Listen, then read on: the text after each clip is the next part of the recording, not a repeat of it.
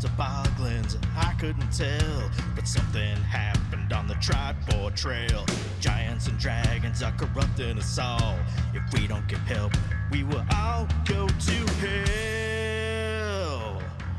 Did you hear the news out of Waybaco Cave? A big holder tried to make us their slaves. My players trying to control our brains. I just woke up and the village was razed. We need the Stronghold to protect us for the night. We need the Stronghold to help us with this fight. We need the Stronghold. We need the Stronghold to go searching through the gates. We need the Stronghold. We need the Stronghold. It's been a week since we saw Dave. A mighty group of adventurers. They're savage as hell, but they may be mad enough to get us through this spell. When they are together, they are the Stronghold. We are the Stronghold. We're here to show you the way. We are the Stronghold. We might just have to save the day. We're just a group of heroes, yeah. We're big and we're small. We may not be the best in town, but we answered the call. When we are together, we are the Stronghold.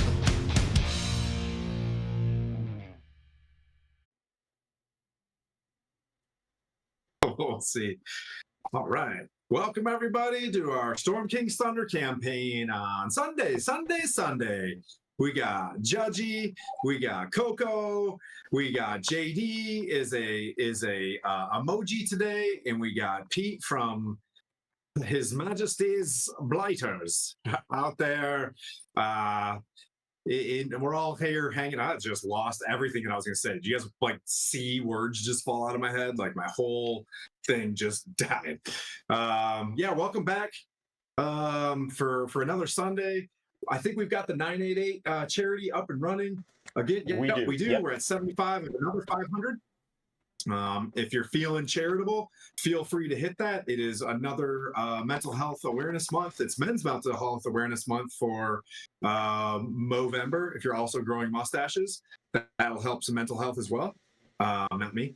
But if you're not feeling like you've got the squanch to hit the charity button, see if you can't pack some time away to reach out and get a hold of somebody this week. You know, pack away 30 minutes or an hour of your drive home to say how you doing and really listen to them. You'll save a life, I promise. So yeah, that being said, does anybody have any things they got going on? We can start with Coco. What you got coming up? You got anything cool? You got any streams tonight? No streams tonight, but I will be doing more, streams during the week though.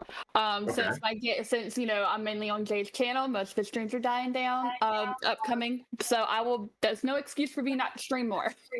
Yeah. Okay. Yeah, that's right. Because Jay's going down for some surgery. So everybody out there in the community, go out and make your sacrifices to your individual deity for the great Jay Scott. Judgy, what you got? Nothing major on the dungeon mechanics side. We have some players that are making terrible choices, and they're going to see repercussions this coming Friday. But other than that, that's just normal chaos over there. So if you have time, just come hang out. We love seeing you. Mira, you got anything going on? Just do Palin stuff? Oh, he's out there. He's there. He's muted. He's there. He's good. How about you, Pete? Got anything coming? Staying alive. Are we going to be back Sunday? How you feeling? Should be back Sunday.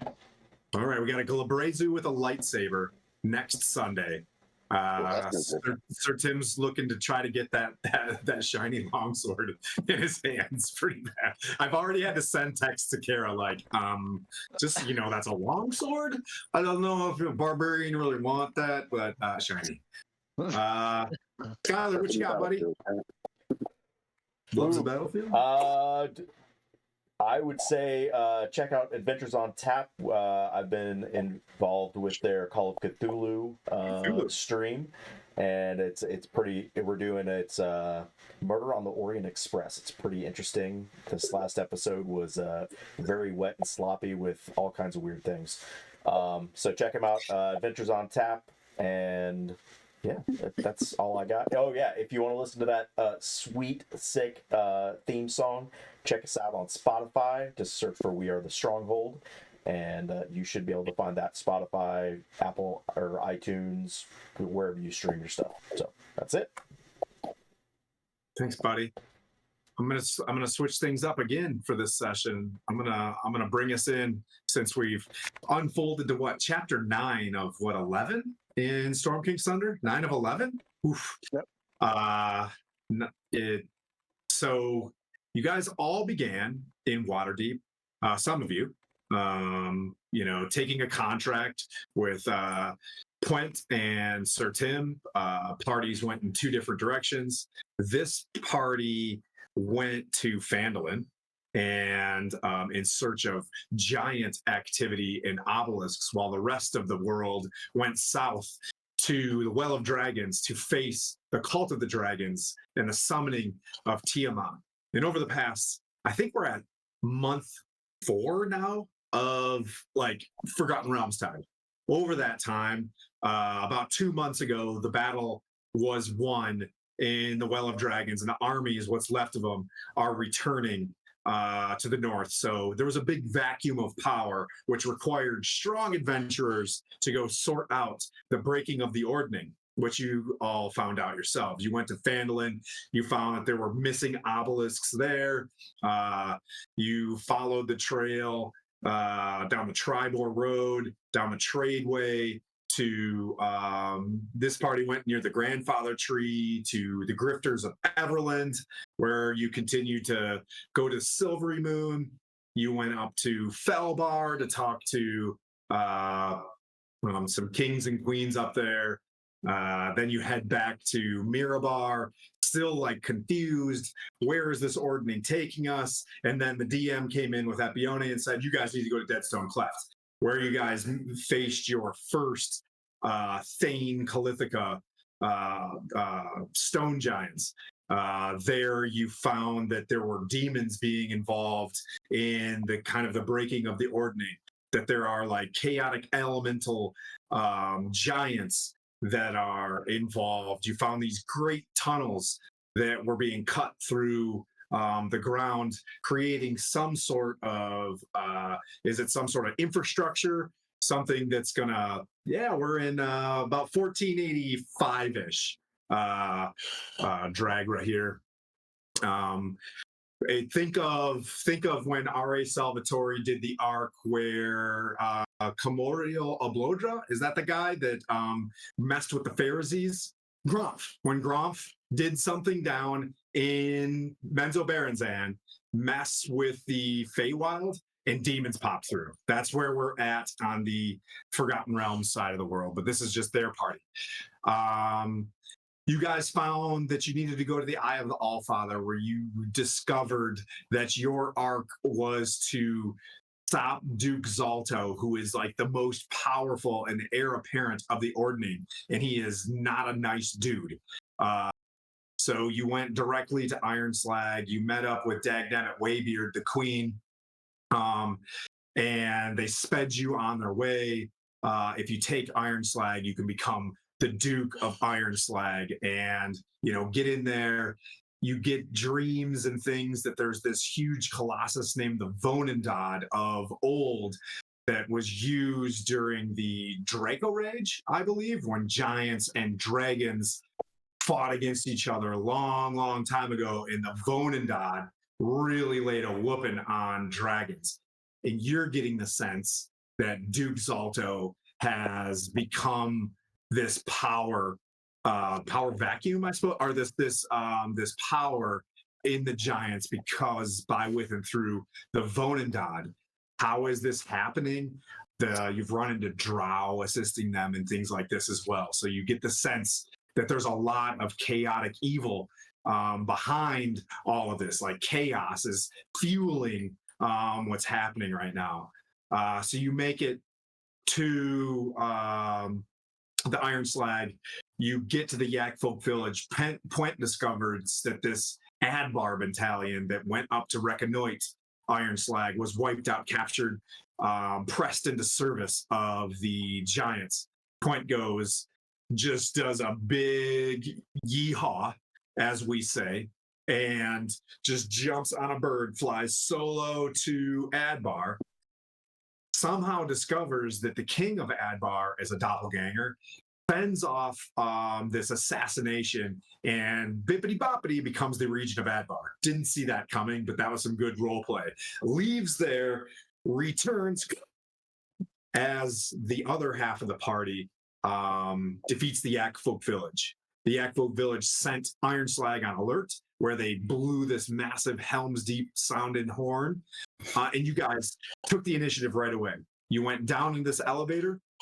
You killed the initial scout giant that came up, like, yo, what's going on? Picking his giant nose, and you thumped him. And you jumped off the elevator as opposed to taking it back down. Smart move. You went down the mines where you discovered there were more pressed dwarves, gnomes, humanoids. Like these giants are super new dickheads. They are very martial. They like to build armies. You know, they're a real pain in the ass if the storm giants aren't, keeping their thumb on them, and which they're not. So you guys move down, you fight these salamanders, snaky snakes. They're snaky snakes down in the mines, and you keep the initiative. And what I'll give to you guys is that you did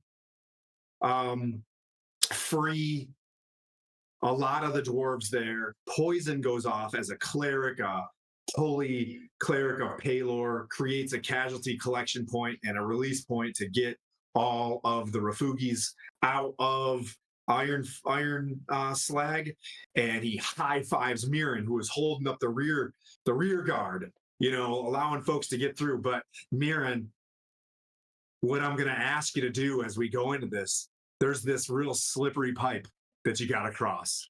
Okay. And you have a mithril shield knight, and you can name him if you want, or it's MKS5 is what we're calling him. Like, you can rename him if you want, but it's MKS5 is standing there. All I'll say, Mirren, is if you name them, they're less Well, likely to Perrin. die. Perrin. The only Perrin. ones that got named didn't die as fast. So Perrin is with you, and he watched one of his friends fall to their death on this. So there is a mill up top. It looks like a mill, like it's got this big wheel inside this wheelhouse, and it stopped turning, and it's got an axle that goes into the mountain itself. On this shaft, you can squeeze through, but across super rapids, like very plot rapids, that you'd need a very high DC to swim through. It's not going to happen. So you have to cross this axle. You can ask your mithril shield knight to come with you, right? Okay. And he'd love to, because you guys are the divine misfits, and he wants to help Regent Clint along the way. So he's there, very willing. You watch the rest of your party go. They all slipped, got back up, slipped, got back up, and crossed. It's a very slippery pipe. So there you are. You're looking down the shaft, down the axle of this thing into this elevator shaft. And it's up to you. You can kind of see Poison collecting all of the, he's yelling at you across, like, I'm gonna keep them all up here where it's safe, but you gotta cross and get with everybody. I'm out of spells because reasons. And and there you are. And MKS5, also known as Perrin, is like, we ready? Oh, 100%. Question is this an athletics or acrobatics? Oh, yeah. So it's you have to cross, and it's either athletics or acrobatics based. It's up to you. Oh, athletics all the way then. Okay, cool. Okay. So You're just going to squeeze the pipe and that'd be good. +5. So let's see what we get on this guy. Let's make it. All right. So +5, a dirty 20. for mine. Dirty 20. Okay, yeah. So you're through.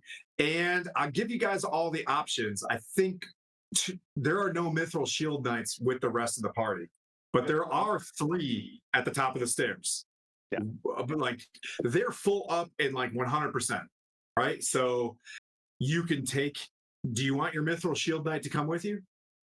Right now he's rolling with, so he's not. Well, let's see. How much security do they have here with Gwen? There's 3. So it'll be poison and 2 Mithril Shield Knights. Oh, so they're up here with him. Okay, so he's good on security. I'll bring him down so we can blast through and get to where we need to. Okay, well, he slipped. Oh, well, actually, I'm going to have you roll this. Go ahead and roll a flat 20 for him trying to cross the shaft. Okay, so In order to get Steve. I'm down for April, buddy. No, he got a 5.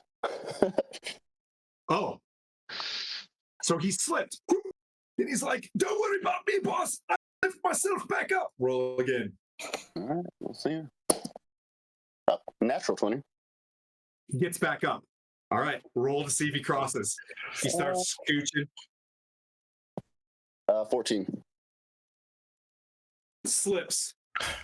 Gotta get it back together. Come Get him on back now. up. Yeah, this is tough. And he got a 16 that time. Got back up. Roll, have him cross. Come on, Deja vu. and 13. Slips. Oh, boss, I don't know if my arms can hold it. Ah! Roll again. Can I just like go and grab him myself and swing up? Oh. That's an action struggle. Like, Don't you use the okay beastie down for there? that. Oh. You want to do it? Yeah, I might as well because I have an advantage on mine. Or not All right, so advantage, you go out but there. 8+5. Yep. You roll the same thing. Hold on. So mine +5. I got 17. Ooh, that's just enough to stay up there. You got out to him. Okay. But now the DC is going to be 20 if you're going to lift him. You know what I mean? If you're going to just carry him. Okay, well then I will have to use my channel divinity and go pull that up. So I can read all it does. So peerless athlete. I'm peerless athlete, man. Yep, because it's for 10 minutes, so I'm about to get strong for a good minute. Okay. So I have advantage on athletics and acrobatics checks, and the amount I can carry, push, drag, unless it's doubled and all that good stuff. So I call on the powers of Hyronius to go ahead and help me in this endeavor and give this a shot. All right. So that's a 23. That one. Scooped him up, drag him straight back in there. And he's like, I had it. I swear.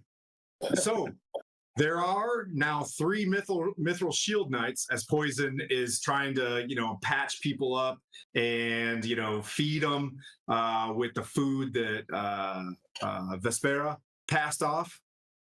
See, got it right. Finally. You can take the 3 Mithril Shield Knights back down. I think the amount of security they need up here in case someone, I don't know, a random reconnaissance for the fire giants comes up, they'll need some kind of power. So I'm leaving them up there for that duty. All 3 of them? The other 3 that stayed, I guess they left them up here for a reason. So Okay, are you taking Perrin with you then? Yep, he's coming down. Okay, so you guys start booking it down the tunnel. You're just going back and forth and back and forth. All right. Nordic Geek just hooked us up for a $25 donation to 988. So what are we going to say on that one? We're going to give that the party will have a everybody can have a D6. So the whole party can have a D6 Bardic Inspiration. Thank you very much. Thanks, buddy. That's awesome. So you book down and you see Vespera as you're using your dark vision, and all of a sudden a room gets brighter. Vespera is standing over a brazier, and she is summoning. Oh. What are we summoning? Oh, let me look. 1 second. I am going to summon my imp named Bub. Imp named Bub. Yep. Okay, so while I go find an imp named Bub, I'm going to turn it over to Plint and Judgy. Well, because you guys were not Judgy and Dark, you guys are kind of sitting there getting your short rest on. You can take a short rest as well, Mirren, and so the whole party can have a short rest while you guys decide how you're going to tackle this first portion. And we'll say that the imp went invisible, went down, looked at you see the way it kind of looks on the map here. Let me adjust the camera just a tad because unless you guys are on Zoom, I'm going to go backwards a little bit with the camera. Nope, I'm going to go left with it. All right, as you can see here, there's carts that go up and there's carts that go down on the right-hand side. You guys can see you can basically see both portions. You can come out either side. I've got you guys already out, but out there, you see the glow of a single salamander basically poking and prodding about 4 or 5 dwarves. And then you guys can figure out how you're going to want to do this. As I look for an imp in my bucket of demons. Do we need to see if the imp can see if there's anything else in there other than that one solitary? You talking to me? No, I'm just trying to figure out if the imp's invisible, I would presume the imp can see in the dark and all that sort of stuff. Yep. So he could do a recce of that whole area to see that room to see if there's anything hiding away from us and that, because we're expecting fire giants any minute, aren't we? Yeah, I'm trying to see how far away he can be from me. He can go away and come back to you. You just can't see through his eyes when he's. If I remember correctly, it's a mile or 1,000. No, it's like a mile. It's far. Okay. Yeah, I'm just going to send Bub as far as he can go to see what he can see while invisible, and then come back and relay what he has seen. There's to me. Bub. He's so cute. There's Bub. All right. Hello, Bob. Okay, so once again, Stronghold has an invisible imp. This could not go wrong. All right, so you are going to warg out. Your eyes go, you know what I mean, like black or whatever from being the eyes of the imp, and its eyes are, I think your Vespera's eyes are golden, you said, or something like that. Like, yep. And the imp kind of looks, and you guys get to, you see the eye transfer situation. So, all right, you're an imp. You're moving along. I'll stop you at these carts. There you are. You're invisible, I presume? Yes. All right. All right, where do you want to go? I would like to go past the farthest pillar on the left, going into that opening. Farthest pillar on the left, going into the opening. Wait. So pillar 1, left to right. You want to go that way? Yes. Okay. All right. Let me bring up this map. All right, roll a stealth. You're gonna have to bring up an imp under listings and roll a stealth for the imp. That is a 11. Oh, yummy. Okay, and then I'll run the salamander's perception. Do they get advantage on it because he's invisible? Do they? I don't know. Do they? That's what I can't remember. I'm asking the DM.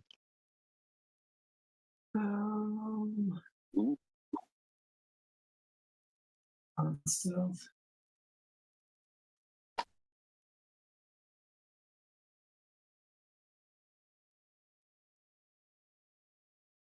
I don't think it does, actually.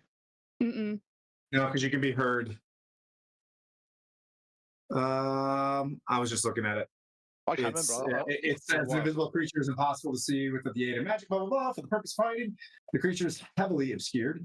The creature's location can be detected by any noise it makes. Blah, blah. Attack rolls against creatures have disadvantage. So, perception isn't going to be very high. So let's see. Let's see what happens. Wow. Ooh. Salamander keeps hissing and snarling and cracking his voice in Ignan, I think is how I know that and don't know other things.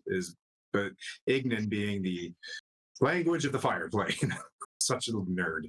Anyway, so there you are.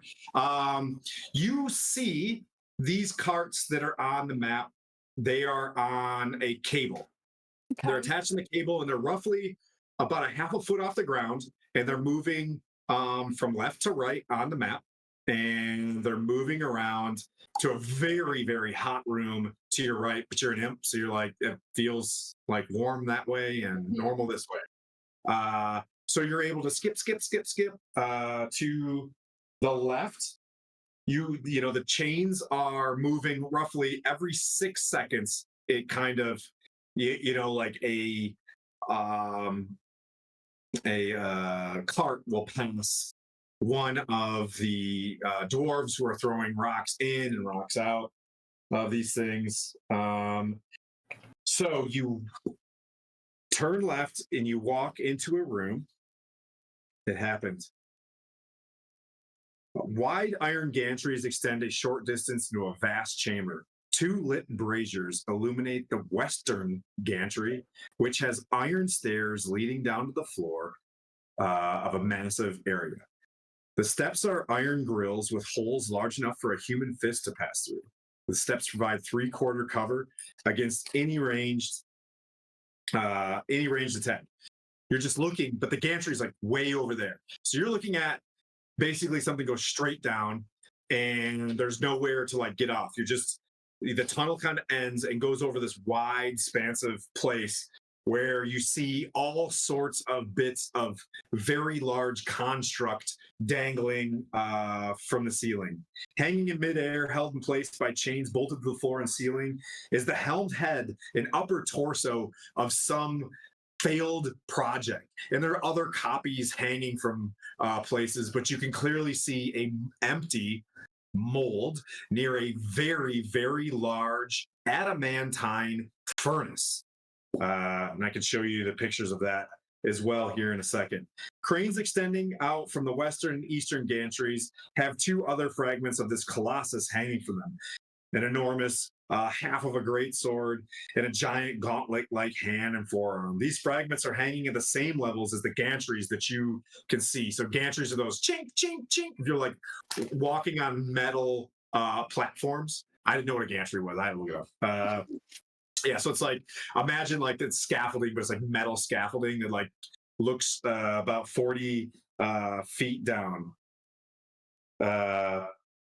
Below you, you see a massive fire giant with a huge mace built of a cage with a massive whip he's swinging around with 3 huge dogs with like a flaming crackled chest running around and chasing a ball with like a gnome inside of it. They run and bring back this ball, and this giant throws the ball around.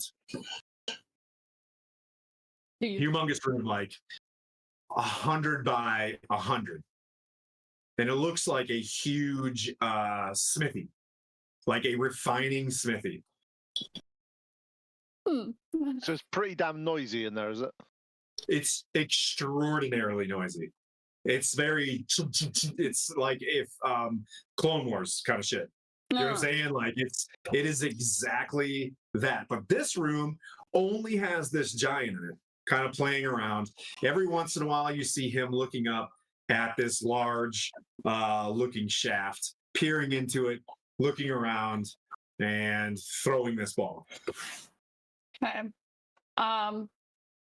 All right, so I'm gonna get Bub to come back out, and I am going to go on the opposite side of where I just came from.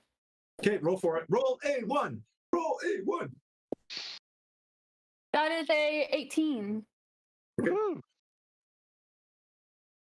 16. Nice. Yep. So you peer, scamper. On the other side, intense heat. You feel like the plane that your critter is from. This area is incredibly hot. And you get the sense that you're going to suffer from extreme heat in this area, which, it's just like extreme cold. You hang out here for an hour and you're exhausted and things like that. A rusted iron gantry. So this area also ends as the buckets move, but it's now 40 feet below you. So it kind of dips off into nothing. And there's an iron gantry to your right where there will be a bit of a fence that goes up it, like a railing. And the gantry, you can't get to it, but the gantry just ends right here. And it goes around. This incredibly hot area, a rusted iron gantry clings to the northwest and south walls, 50 feet above the main foundry, which echoes with the sound of clanging metal, rattling chains, whooshing bellows, and bubbling molten iron. The ceiling looms 40 feet above the gantry. So pretty tall room, 90, right? Did the math. Cable towers support the bucket chains that run near the path of the gantry.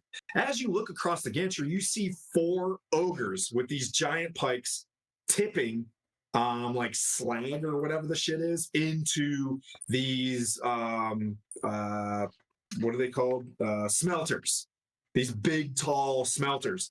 And as you look down, you see the head of 4 fire giants working bellows, shoveling smelters, and then you look with your imp eyes to the far end of the gantry at your level, you see a thinner fire giant dangling a dwarf over a smelter. Do you speak giant? Yes, I do.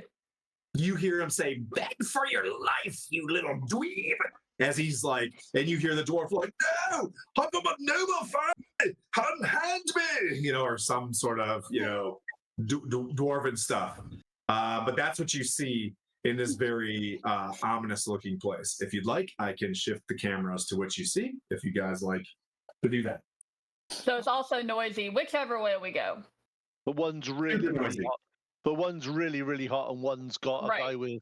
But one's got a massive, great big giant with 3 with some flaming dogs. That's probably Flame the guy we dogs. need to take care of. So this is the open room over there. Kind of looks like that from what she could see.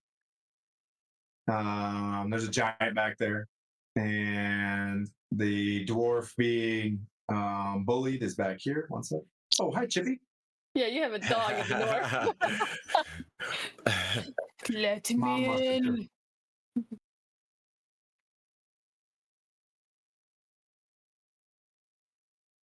And then there's the smelter room. Yes, those are solo cups.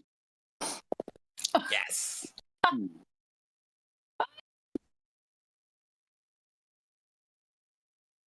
Man, it's really windy outside. So there's in that one the with the cups in there's 4 or 5 giants. Yeah. Yes, 5. Wow. So it's one really big one with 3 doggies, or 5 other ones with extreme heat. We've got lots of good choices here. 1 to make 5. Let's go. Yeah. I mean, and who's to say that, even though it's really noisy over there, we make a lot more noise. Some of them get curious and they come to see what happens. I think if you've ever worked in a manufacturing thing like this that's going on, you could literally scream at your heart's content and no one will hear you. You could. Yes, I would say yes. What goes on in one room cannot be heard basically in another room. Yeah, it's without hearing constantly enormous amount of noise. Yes. So metal on metal, clinking, clinking, clinking. It's not going to sound any different to us fighting. Yep, and it's not uniform sounding either. It's very bang, bang, bang, bang, bang, bang, and just in the ching, ching, ching, ching, ching, ching, ching, ching, ching, ching, ching of the buckets, the chain buckets going through. I did my best with the chain buckets. Those little shits are good. expensive. So Oh, we that's have really, some really good. we have some advantages against us. There's so much noise going on, they more than likely won't hear us coming. But Right. we go to one place and we are evenly numbered, or we go to the other place with extreme heat and we are outnumbered by 1. So I think we Hmm. go in. We have to go Like in, that. deal with the salamander, and then we go and try to beat out that big one with the doggies. agreed. Right. So you guys are gonna have to tell me I guess all the details about the salamander, so I don't get surprised by what may happen, since I've never fought one of these. I'm aware of. Salamanders, when you hit them, if you hit them in, we found out last week, this time on the same bat channel as last time, we found out that when you hit a salamander in melee combat, it hits you back for some fire damage of some amount. I don't remember what it was, but I remember it sort of like when you hit into it, it splashed some of its fire on you. Okay. So Ranged attacks are definitely better if you can. yeah, that's the only thing that's the only thing I remember from that. All right. Well, I still have this one potion of fire resistance that we got at the last place, so I'll hold on to this till needed. If you guys are gonna range them before we get there, or what's the plan? Before we do that, who's able to range this person? Oh, I can 300 feet now. Yep. Perrin You got a bow, or some crossbow. My I've got Eldritch Blast can go 300 feet now. So nice. I've got Toll the Dead, which is a ranged cantrip. Dark, have you got anything that doesn't require you hitting it with a sword? I could throw my spear. 15 feet is about as far as I can go back. No, that's fine. No, that's not in melee combat with it, so that hopefully will be all right. I would have thought. I don't know. We haven't tried that one, so it's worth a shot. Okay. And Mirren, do you have anything that you don't have to be next to the creature with? Yeah, I can throw my javelin one time, and then stare and throw other random rocks that may be laying around. I don't know. Oh, cool. But the Mithril Shield Knight does have a crossbow. So Why don't you steal the crossbow off the? No, don't steal it off the heroic dwarf that's following us into this. it's a heavy crossbow that he has. So yeah. And if you need to, you are more than welcome to use my light crossbow. I'll be using my Eldritch Blast since they can go farther. That's a thought. Okay. Yeah. Borrow that for the time being. Yeah, that might be useful. Light crossbow. Let me add that real quick.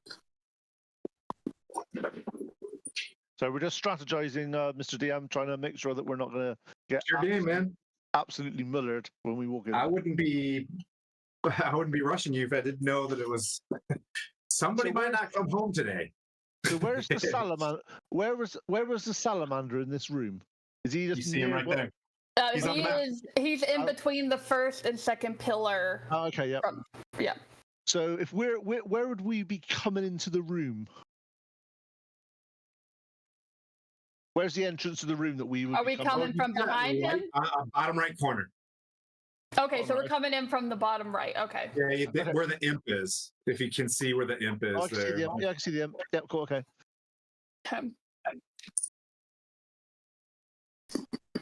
And Miriam, you have 20 bolts, by the way. So The other so thing you that can give me that number. The other thing that I can do, I'm quite happy to run up to the salamander and turtle up and allow you guys to sort of like hit it from range so it doesn't come and hit you. I mean, how far are we away? I mean, if we're far enough away to where we can get at least 2 rounds, it should be more than enough, right? We don't want it to run away though, because if it goes into one of the other rooms and does some type of alarm or some type of thing, I don't know. I would expect there to be some alarm system of some kind in this place. Yeah, I agree. We need to have someone there to kind of keep them in place. That way that we can also do range attacks as well. Yeah. So that should probably be me with this cloak of displacement I now rather literally got. That's fair. Gave me. Did you like that item I got you? It's quite nice, I say. So yeah. So I will take that roll and hold it. You just might not have to hit him in melee combat, if that makes sense. Yeah, I'll shoot, run up, and start yelling in his face. Yeah, you could always take the dodge action to make sure he gets even more chances of not hitting you. Yes. That is a great idea. Let's go with that plan. Remember, dodge action, really useful. Mind you, you get disadvantage until he hits you anyway with the cloak, so you might not need to. Yeah, disadvantage on a disadvantage. Right. So when we get into that room, Tim, is that salamander about, say, 30 feet away from the entrance point? One sec. Oh, Rasmus The donated. salamander is 5, 10, 15, yeah, 25. If Okay, you guys. Because what I'll do is I'll run in with you, I think, Mirren, so just so he can't get away if he wants to, if that makes sense. Okay.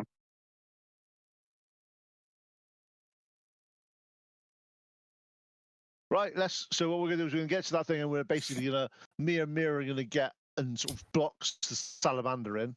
Yeah. And the other people are gonna be ranging the salamander. And I might be doing Toll the Dead from within melee range of them because it's not an attack spell. So Yeah. I want to describe to you, well, as soon as you get to the room, I'll describe to you what the room looks like because it's a little bit wonky the way I built this. Like something that's only this high is actually 40 feet up. You know what I mean? Like, so I'll show you when we get there. I didn't have the budget. So we'll start you guys in this room. You guys are like behind one of those carts, and you guys can take your surprise round as you kind of walk up because you guys are still kind of stealthing. Or actually, I'll give you all a community stealth, and then you know what I mean. If you get a good above 10, you can jump the salamander. Right. Hashtag no cheating. So roll your community stealth. Oh, sorry, I get disadvantage, don't I? Yeah, sorry. Yeah. I'll just 13 for me. Oh, nice. What'd you get, Dark? 6. I got 14. Okay, Mira, what'd you get? 5. Yes. Okay. Yeah, so what I'll say is you guys start moving up and just where the salamander is standing, kind of looking down the shaft, like it's going to be tough. So you guys we'll just roll initiative. You know what I mean? Like at once. So go ahead and roll initiative. And then I'll give Sally this guy. We'll start with him. And roll initiative your dwarf will work on your turn, Mirren. Gotcha.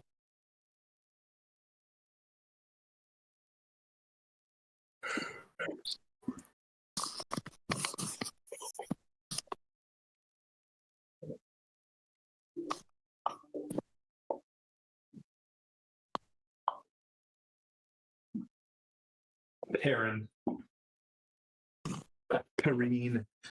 All right, who got above 20? Oh, nice. Who got above 15? Oh, nice. Okay. Who got above 10? 13. 14. Okay, 13, 14, Mirren. And then Vespera. All right.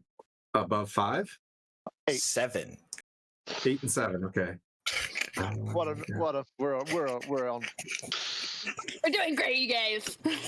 Well, let's be fair here. You guys have been fighting for like almost a full day already. You guys went down the marathon of all these things. You're hot. You're just like, all right, we got this. And then when you start running again, you're like, oh man, I probably don't got this. You know what I mean? Like, you guys are just starting to feel like, oh, we should have stretched. Oh, this sucks. Yeah. So instead of taking that proper short rest where you could have just done some foam rollers and things like that, yeah, you guys just kind of hung out in uniform and didn't really take your boots off and stuff. So you guys you break into the room. The salamander looks like straight at you. It's got a spear, melee or ranged. Thanks to its a heated weapon. It's just gonna run up on you guys as you come up as well. It's gonna run up on who's in the middle there. Oh, it's always Mirren. Okay, here we go. All right, Paladin, do your worst. It's gonna try to hit with disadvantage. Yay! Go cloak. See if this thing works. It. That misses as it like strikes your. You hear like this as he comes to you. Your armor, your cloak, actually makes this sound as like your body displaces off to the right as well, and it gets confused, and it's gonna swing with its tail this time. A 15 and a 17. So does a 22 hit? Is the lowest? It does not. Does not. That is a strong arm class. That is a strong armor class. You're going to be very difficult. So, yep, it just goes, it misses, swings with its tail again, and as it displaces, it just moves in front of you a little bit, and it flies short of you. Chippy, I'm sorry, pal.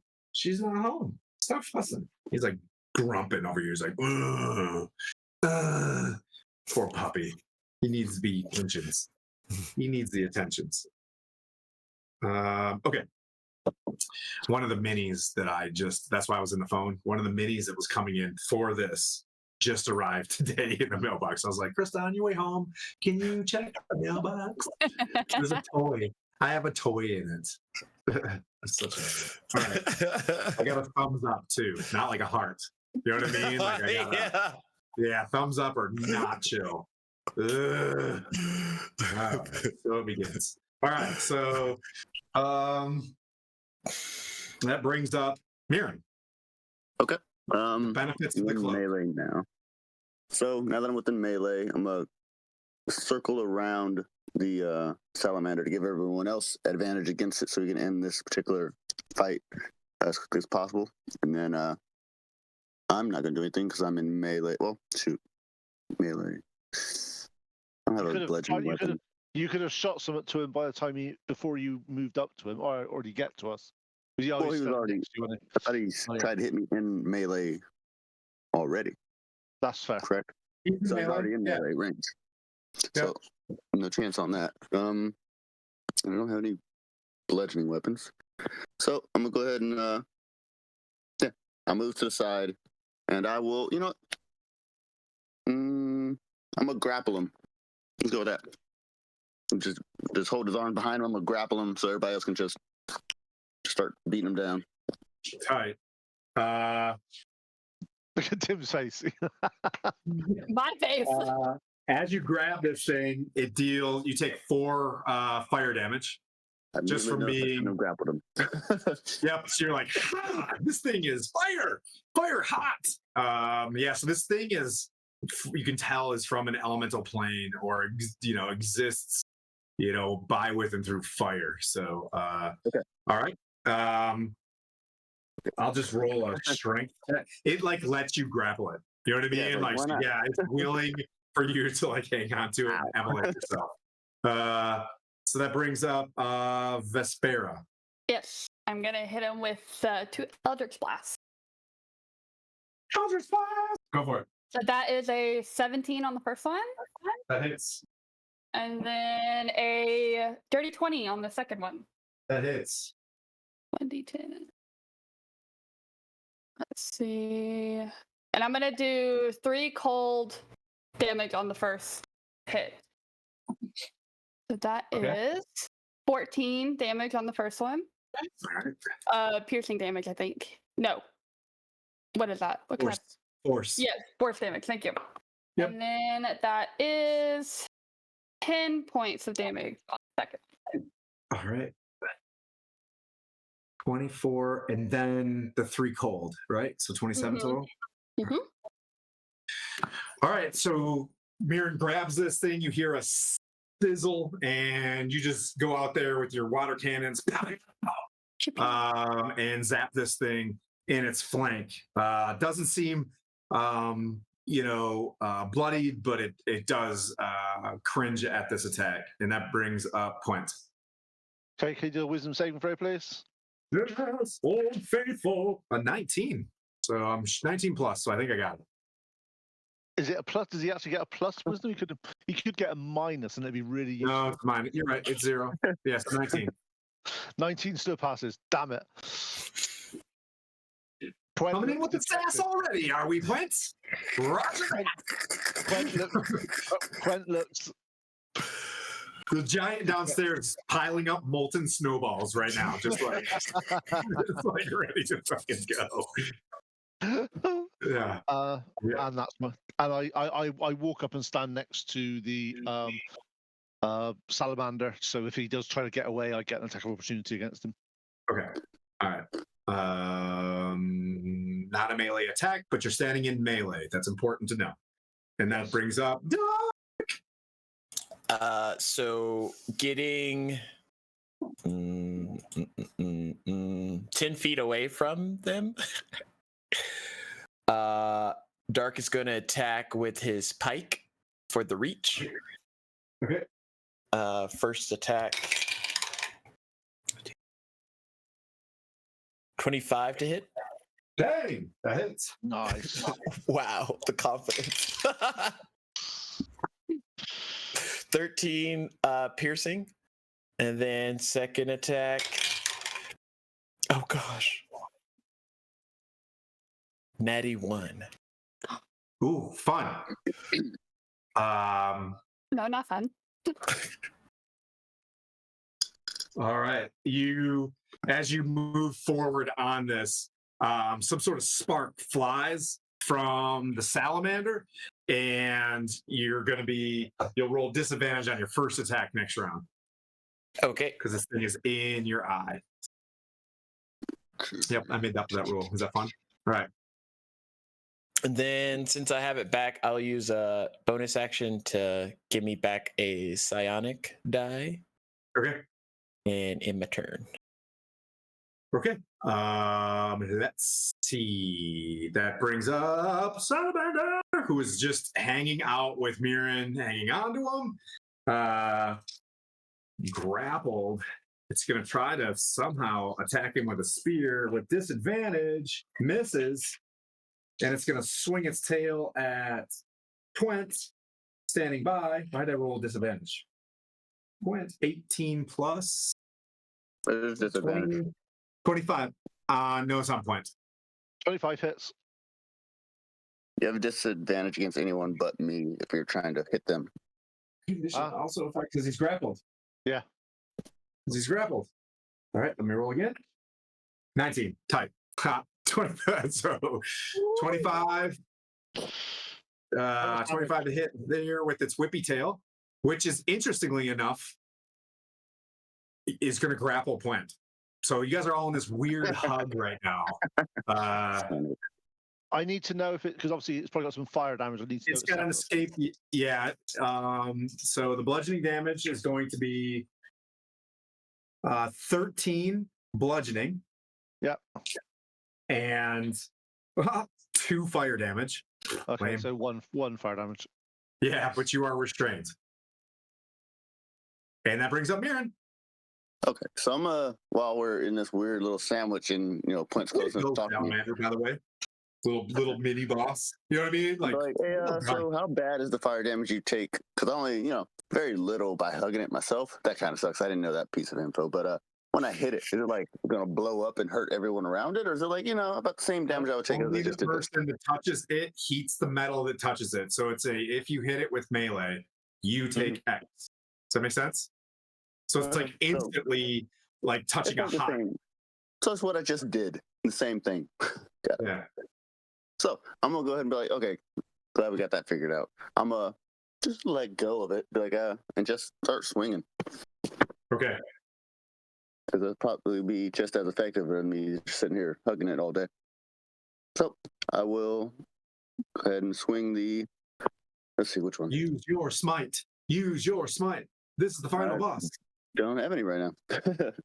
I thought you had your channel divinity. You can bring it back. Which I used to save MK or Parent. So we're good. So Giant Slayer Longsword times 2 is what I'm going to use. See if I hit this guy. So that'll be, let's see, what's it? To hit plus 10. So 17 to hit and a 19 to hit. Both hits.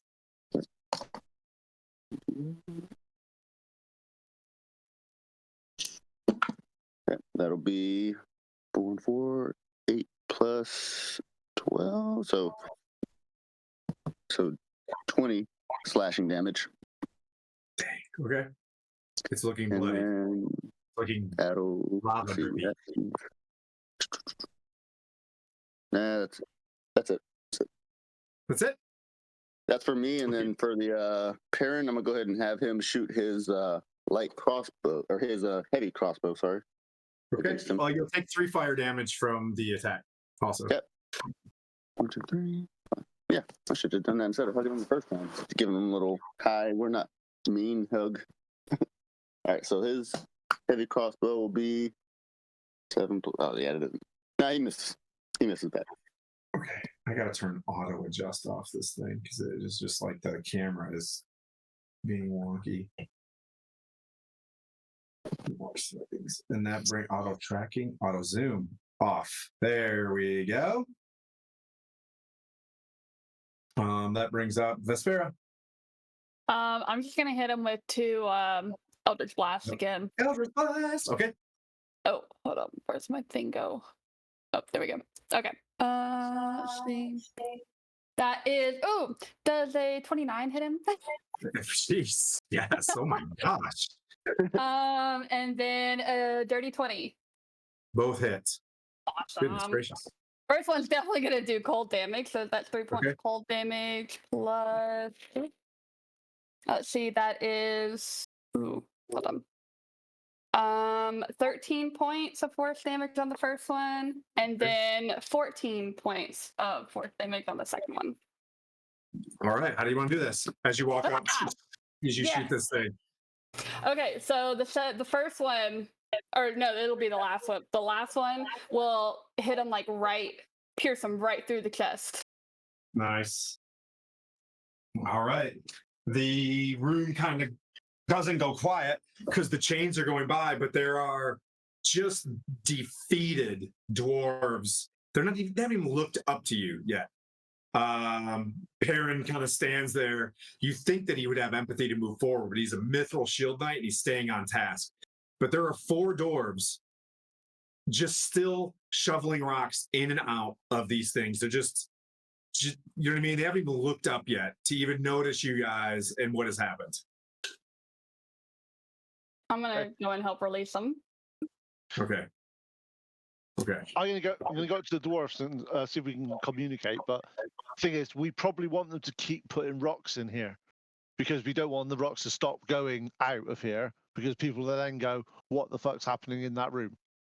We could tell them, we could release them, tell them, Yeah. hey, look, please stay here for like the next, Yeah. 5 minutes, Yeah. and then leave. They just sit down. They're like completely exhausted, and they just as soon as you guys come in, like they start like, there's streaks in the dust on their face, or just like tears coming down, like reverse mascara. You know what I mean? Like and they just start sobbing. And the mithril shield knight, they've seen him before in Adbar, and you hear him speaking in Dwarvish up the mines and explaining what's going on, and they just start heaving, and then they look at Point, and they're like, "My lord, Regent Point." They don't know you, but they say it. But you know what I mean? But they just have automatic buy-in. You know what I mean? Like, you get my vote. And I sort of get some sort of rations out and give them some food. Yeah. And stuff. And I sort of say to them, yeah. "Look, can you just keep putting the rocks in for 5 minutes, just so they don't know anything's wrong? Then go that way and go up to where your friends are meeting you." What I'll tell you is do that.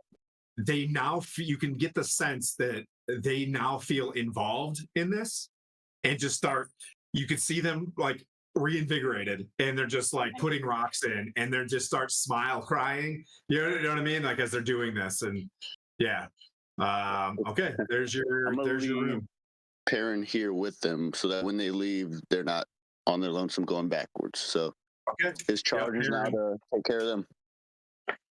Nice. All right, Samirin. And he stays there. You guys going left? We're Yeah. going to the guy with the doggy ones. Yeah, that was Alright. the left. Let me try to set up this camera. And I will lay on, touch myself, and get 10 more hit points. Lay on hands. Are you gonna let me put this camera here, or are you gonna be weird? You're gonna be weird, aren't you? All right. Don't be weird.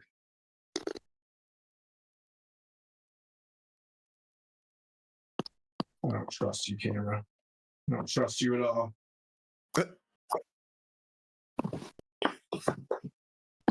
How much damage you take? Point. I'm gonna go ahead and give you a lay on hands. Top up off on that real quick. I've taken 13 damage. All right. So go ahead and heal that. I'll give you a quick little Hieronius' hands. Here we go.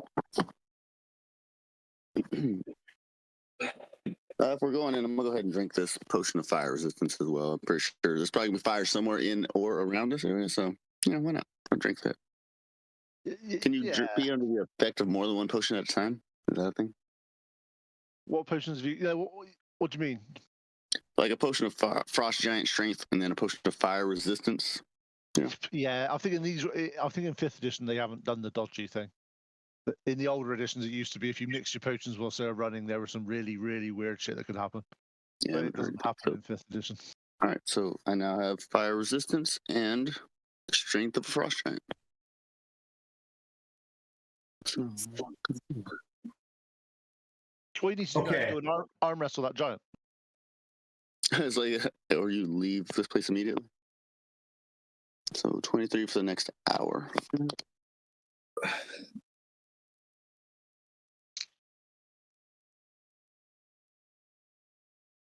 Why does it keep focusing? Oh well. Can you guys handle that? Is that bugging you? No, we're fine. All right, we can see it. Well, I can see it anyway. So looks like there's a big obelisk in the center and 3 little puppies that want cuddles. That's right. I have to get this to stop auto focusing.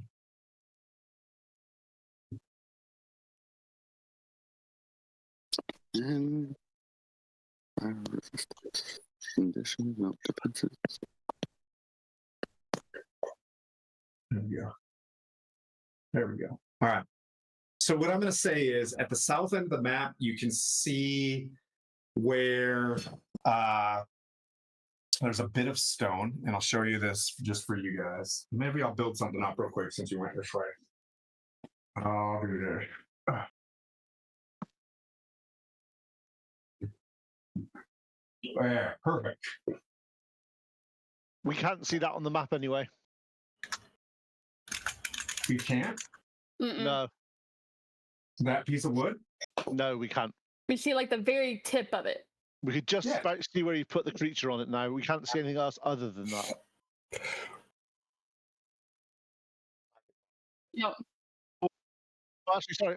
If I move my camera around, you can just about see a strip. Yep. I got it. One sec. There we go. Did you expect us to go right?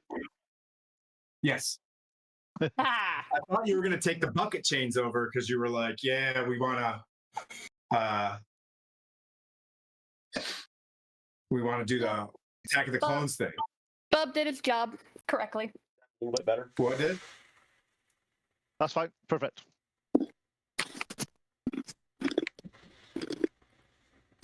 All right. Okay, so you guys can see that you're a little bit more elevated. Mm-hmm. Do you need me to lighten up the room a little bit as well? No, we can just about see it. It's all right. So how do we get from our elevated position down to the level that the giant's on? You'd have to fall. Like there is no stairs there. Oh, okay. That's just where the gurney exits. Does that make sense? Okay, we're not going that way then, because there's no way down. I mean, there's a way down. How far are we looking, distance-wise, to jump down? I think it's 40 feet. Yeah, we're not doing that. We're not that mad. Right? Mm. I think we'll go back into the other room so they don't see us. So you pop out and you want to go back the other way. Yeah, we look and go, actually, Oi, Imp, you didn't look at the way down. Come on, Imp. He's like, I will... he could have flew. He's like, it's good. Just fly down. Why don't you just fly? Doesn't everyone fly? I have wings. That's what the Imp thinks. I mean, Bub did what he did. Bub Technically did, 50 feet per the book. Bub didn't relay that message because he was too busy trying to find the nasties. So Yeah, that's fair. We need to give him more information to work on next time. yeah, Okay, if yeah. you popped yourself out, you popped yourself back in. Yes. Okay, so it's the same thing in the other place. Basically, if you want to travel, you'd have to follow these bucket chains. Does that make sense? Right. Oh, unless we go further down the elevator, essentially. So how many of us can fit in one of these? And I take it the bucket chains, if we watch it as it goes over the other room, it gets emptied into the smelter, does it? Yeah, like you could climb down in here. You just need a rope, you know what I mean? And to climb down. You just have to tie something off and climb down. Like Well, it's not like because it goes straight down like a wall, like that. Okay. Does that make sense? Well, the other option we could do is we could go back and go down the elevator to the next level. Yep. I have 50 feet of rope. We have crossbow bolts. We get enough of them. We can make essentially anchors. We could essentially just belay down if we needed to. Look, I can fly and I can float. I'm good. Y'all think of something yourselves. If you can Don't worry float, about me. Can we hold on to you and you let us help us float down? I mean, yeah, that could be an How idea. much weight can you carry? Oh, you know what? Here, you can use the second potion of frost giant strength and just carry us down. Oh, I could. That is true. That is true. Oh, do we want to go back? We sort of have a regroup. So what we're doing, guys? So Nice. Boom. Yeah, here, take this potion of frost giant strength, and now I have 0. And you can do that. Okay. but before we do that, should we think of it just to make sure? Are we going to climb down each of these and do it or that way, or are we going to find a way to get to the lower? So there's 3 things we can do. We can either climb down the scaffolding in either room. Mhm. We can then you go into the buckets itself and go around the room, but then they dump out into the smelting pots, which we don't really want to Nope. dump into them because that might hurt us slightly. Just a little bit. Or we go back to the elevator and go down another level. Mm. Yeah. What's people's thoughts? I mean, either way, we're gonna have to find a way back up. That's the thing. Well, the elevator goes up and down. Back up onto the scaffolding Yeah. to get to the other room. Well, no, the thing is, that's actually a fair point. If we climb down the scaffolding, we don't know where the elevator is stopped then to go back up. Mm-hmm. Okay. And if we need to make a quick exit because we've been absolutely mullered, We wouldn't know No, way back. Yeah. we wouldn't know our way back, would we? This thing's killing me. Valid. All right. See, the elevator it is. Unless, because Dark's looking like he wants to do something else. So, come on, Mr. Purple Eyes, tell us what you want us to do. I mean, it's fine, whichever No, don't say direction fine. we enter. What would Dark want to do? What does Dark want to do? I What are your mean, I would thoughts? just jump over towards it and attack it as my landing point, but I But can that's not understand that we all can't do that. Yeah, that was my go-to. Like, we just jump at them, call it good. But no. There's a slight problem with that. I can't remember if it was 40 feet or how far did you say it was, Tim? 150 50. feet down. I think you said 50. Tree fitting. 50 feet. 50 feet. Yeah. 50. 50. So Yeah. anybody doing that type of gymnastic stuff, which I know Dark and Miriam like, would be taking 5d6 damage on their. No, it's force. It transfers to him, not me. It's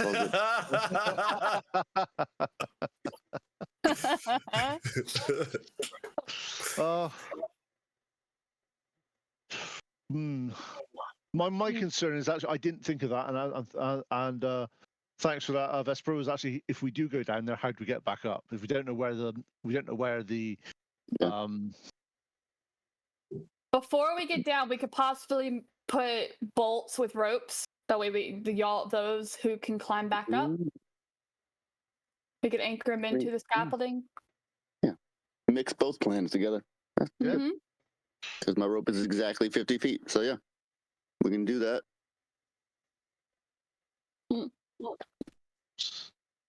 So I'm good with that idea if y'all are. Anybody have anything stronger than crossbow bolts? You had a regular javelin or something strong? We don't even need that. Technically, this is this whole area, because it's all gantries and metal and stuff. You can tie the rope directly to that. That's not going to be a problem. Okay, sounds good. Because it's basically scaffolding, is what we got it described as. So there's lots of scaffolding around with various. There'll be There is. That's a gantry. It's wooden, but pretend that's a gantry. Yeah. So there should be places we can tie rope to easy enough. All right. Then I will go ahead and tie 50-50 rope here, and when we're ready, we're gonna. You go down one by one. Or if you want, I can take this this potion of frost for giant strength, and we can all go down at once instead of going one at a time. Yeah, it figures that way rather than everybody get seen it and then we have a problem. Only thing about that, I think it has a time limit, so that might be a good way to get down, not back. Well, that's what the rope's for, to get back. Yeah, we've got the rope to get back. Got the rope for to get back. Yep. Okay. If it lasts for an hour, then that's if we're fighting in an hour for this long, then we might have a bit of problem. Yeah. Okay. So we then. Let me just get this straight to make sure I understand the plan. We're tying the rope off and throwing it down this into the room with the giant with the 3 dogs. Yep. You're going to basically fly us over to him and drop us near him. Or I mean, not near him if. Like if right we by the rope, sneak up behind him, or we got the dogs also. They could probably smell us, or they have better hearing. They could hear us. So I don't know. How far do y'all want me to drop everybody? We're going to have to get into melee as soon as we can, because we've got a very melee-centric party. So it's going to have to be as close as possible. Yeah. Okay. I mean, I can go 30 feet. I personally, if you're going to drop people off, I wouldn't mind being dropped off, say, the other side of that monolith in the middle, so I get a chance of doing some stuff before I get beaten the hell out of.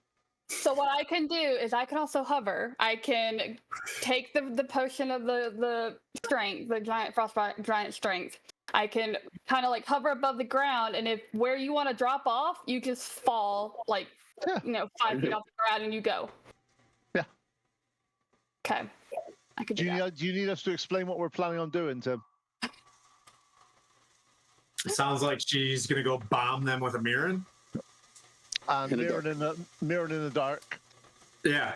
And I'm gonna go. She's gonna drop me the other side of that monolith. I'm not gonna try to forward think this one as well. So when you guys say we're rolling for initiative, go for it, and then just start. The process, because once you leave, it's bright in here. It's bright, like bright red from the fire and stuff like that. So once you come out of this, one thing ready. Yeah, it's on. So, how good is your memory on like direction and distance? If I say cast darkness on something we're carrying because of my remaining, drow magic, could you fly straight and not crash into anything, and we could be in a big old cube circle of darkness? That'd probably be weird. Never mind, because then they'd be like, "Why is this big dark globe floating? Why is this random dark sphere coming towards me?" Ignore that. That's good. All right. A very think outside the box thought, though. Okay, so I'm going to immediately take the Frost Giant Strength Potion. I am going to use an action to We're all gonna grab hold of her. Flight, and then that's when everybody will grab hold of me. I will kind of like hover down like 5 feet above the ground, and then I will basically fly straight, and then everybody will drop off where they want to, and then I plan on landing on the opposite side. Okay. You can Because make you're within one 5 strength feet of check me. to grab them all up and, kind of see what happens. Okay. I had to do a strength check, even though I took the frost giant. But yeah, I mean, it still does the job. You can still roll a 1. Come on. Okay. Isn't it done on carrying capacity of the strength? Well, oh, yeah. That is true. Thank you. Thanks, Pete. True, Yeah. true. So that's what? 2, 4, 6, about you're looking at- 600. So you're looking at 20 because you're what strength is it? 23. 23. Yeah. That's a plus 6. So It's not done on +6. It's done on the actual number itself. I think 23 strength. it's some carry capacity. 2 secs. I'm not going to go into this. Let's not go into that far into it. If I You guys, 6 of us? you Yes. climb on like baby spiders, and Basically, you go 15 times the number. So 15 times 23 is like 400 and something. Yeah. Oh, no worries. Yeah. shoot, thank you. So I would. grabs and all right, so you're gonna, as soon as you step out with Point, and it's gonna be Point and Mirren under your arms Mhm. with the okay. As soon as you go out, there's the dogs running and everything. We'll say that's where initiative starts. Okay. So this is where it'll get sporty. As you're flying over to oh, this is fun. All right, so who got above 20? I rolled a nat 20, but it's not 20. Okay. Oh yeah, I rolled a dirty 20. No, nice. 4. And just for the strength check is dirty 20. That's the one we needed. Ah! Yeah. All right, so the Duke. Here, what did you get? Who got so we have two 20s. I got 19. Sorry, I got 19 because of. You got a 20. And Oh, Dark so got a that's 20. Yeah, So it's dirty like 20. a 21. So Mirren got a 21. Yep. Mirren. All right. I gotta redo this. Mirren. You guys all rolled well. Besides me. Easy. Besides the one we needed. I'm flying. Oh, Went. man. 1 doggies. And down here, Vest Barrel. Okay. Did you hear what he called Down this person? here. Did you hear? Huh? Did you hear what he called this person? So you come out, and this weird imagery as the Duke's got this ball that he's playing with the dogs. The dogs are sitting there staring at him, 3 dogs getting ready for him, and he looks up and he just shucks the ball, and it's this massive iron cage with a hapless, like, it's got like the bones of some dead critter inside of it. So this is gonna be a rock. Plus 11. Jeez. Oh, 17 to hit. Does that hit you? Yeah, it does. Oh, that's a bummer. I bet it is. I bet it is. Our plan may have just faltered. I'm gonna reaction protective field. Okay. Okay. Question. Okay, so how far above the ground am I, though? Well, before 50 he feet. threw the rock? 50? Yeah. Okay. So it's gonna reduce it by 10. Okay, you take 10 bludgeoning damage as it hits you. So what I'm gonna do is I'm gonna set this up. Because how far can you move when you fly? 30 feet. Plus Okay. 10 because of my aura of alacrity. So 40, and you can because we did the fly thing last round. You can actually move 80 because you can double move. You can move. Oh, okay, sweet. Yeah, so the original flight is 30, so with all the other added stuff. So Just basically, you can move 40 feet per action. So you can move your 40 is your movement, and then 40 is your action. Just means you Okay. can't cast a spell that turn. That's fine. I'm just There's 40. trying to drop y'all Dark, off. what do you want to do? He's about 80 feet away from you. Who? Dark, what do you want to do? Oh.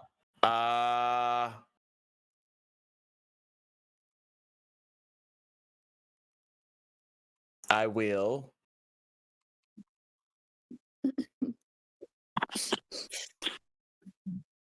I wasn't prepared. Well, because Okay. they're just hanging. Like, Mirren, I mean, you know what I mean? Like, do you guys want to shoot crossbows or something, Mirren and Point? Because you're just being held. I am not casting that. I'm doing something. Okay. So basically, Mirren, you go first in this. Is there something that you want to do as she's traveling? So we're all hanging, traveling. Just shoot. Let's see. The dogs seem awfully interested in retrieving the ball. So after he throws it, let's see, we're still surprised. So if they can never find the ball and they stay over there, then that'll give us a couple seconds of bot time, I think. So shoot, I'm gonna cast darkness on something. I'm casting darkness on the ball. On the ball. Okay. When he throws it, so after it's left his hand at some point or lands, and it's close enough if I can. All right. We'll put darkness like underneath this pillar. Because I feel they have an interest in getting to where that ball is. But Okay. yeah. I mean, are you asking or telling you? No. My turn. Yes. Okay, I cast Spiritual Guardians at level 4. Okay.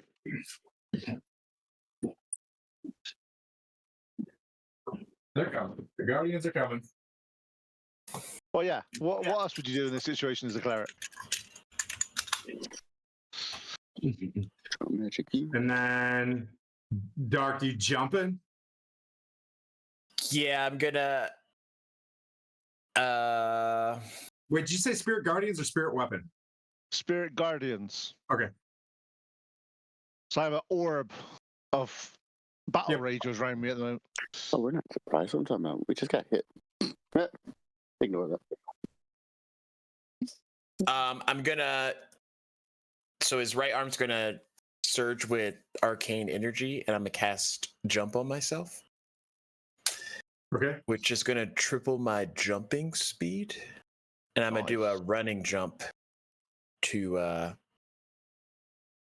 go out towards. Okay. How far can you jump?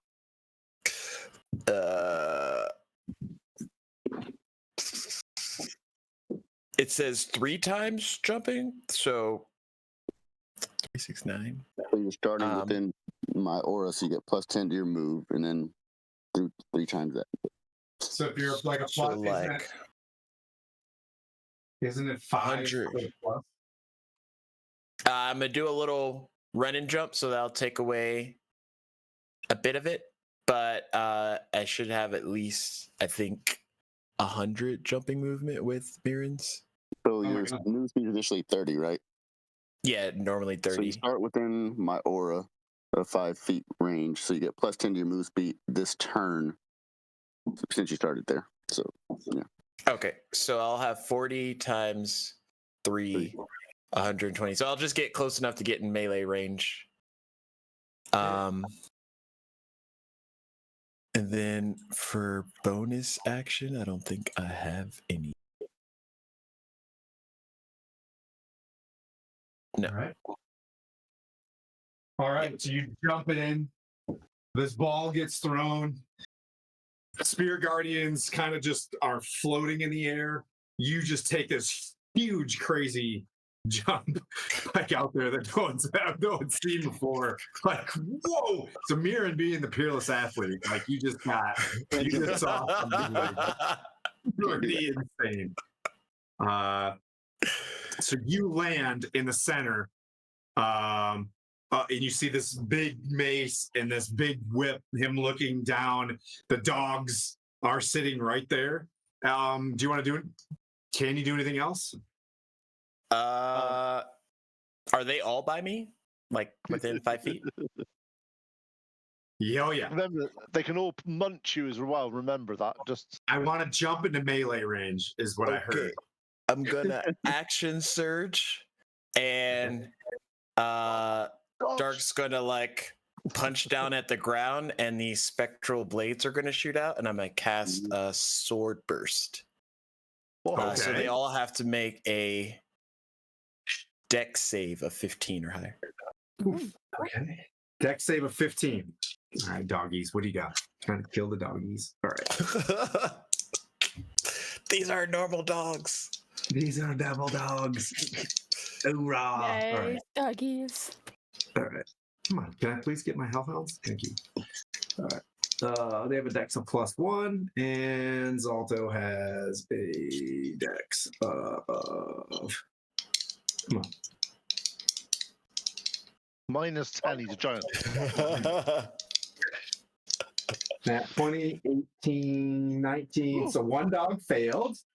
And Zalto got a failure. One doggy and one Zalto failed. So only those two will take this force damage. 8 points of force damage. Okay.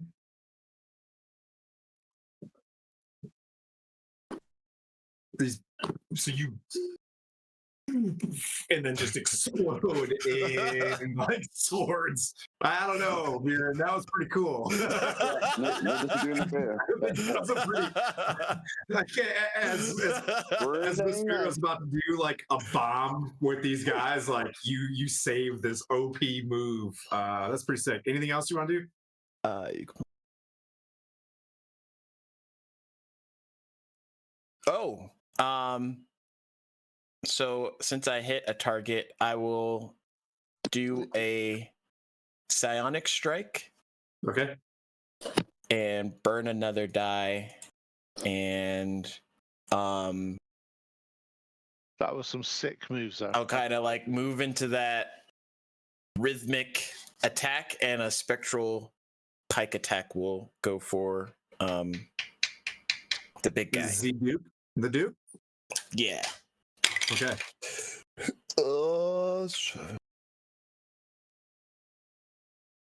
16 to hit.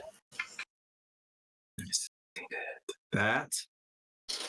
Oh man, I am just so out of sequence right now. All right, that misses. Dang it!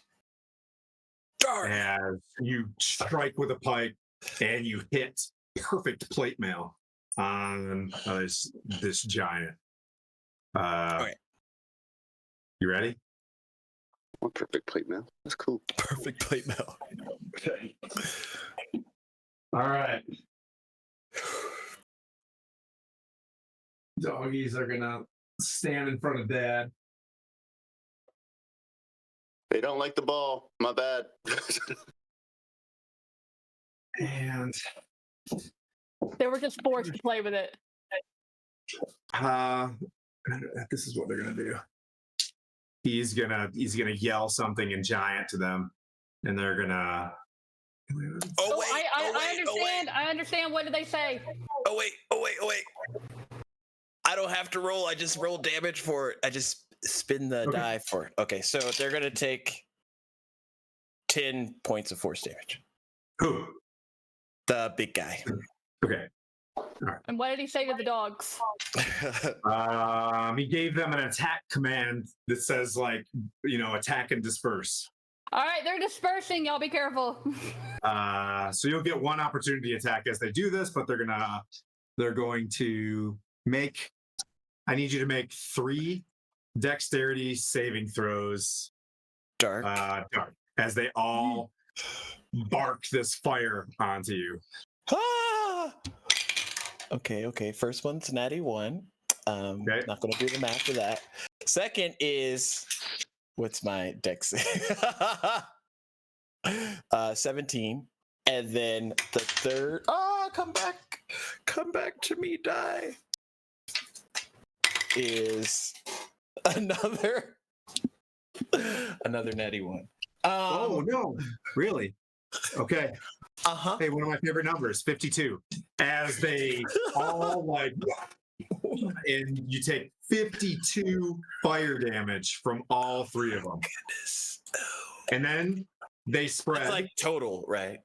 Yep. Okay. They spread, and you get to hit one of them. Sure. The one that I already hit. I don't think I'm gonna hit it. 12 points or 12 to hit. I do believe that misses. Okay. Yeah, that makes sense. I just Yeah, that misses. roasted, barbecued.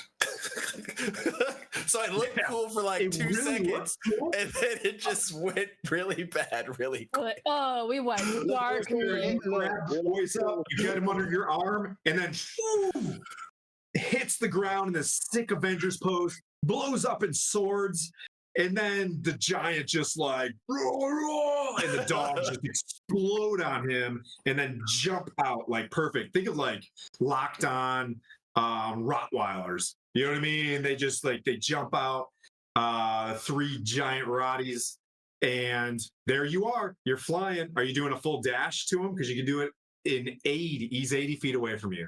And you have 40 movement, right? 80. For that. For Vespero. Yeah. 80. I don't think the ground Okay. where you want to Do be. you want to travel to the ground? Do you want to take an arc like this?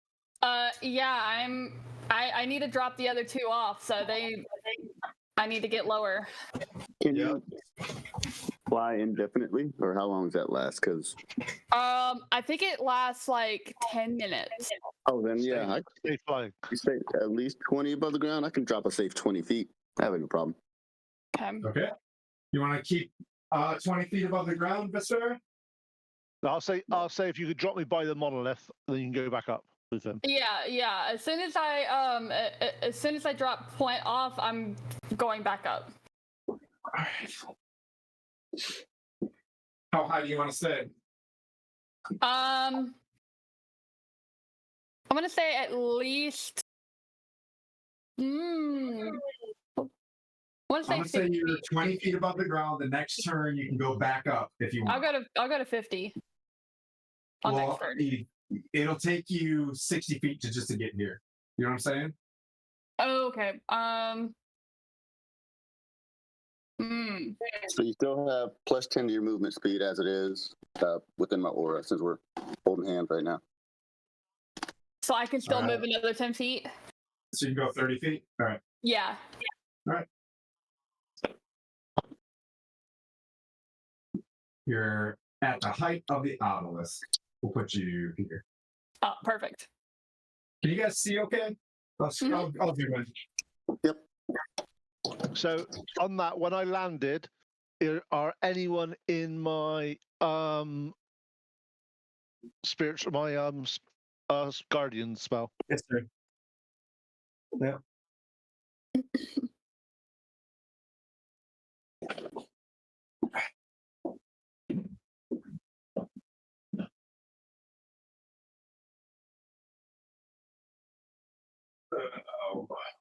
One dog and one Zalto's hand. Okay, can they roll wisdom saving throws, please?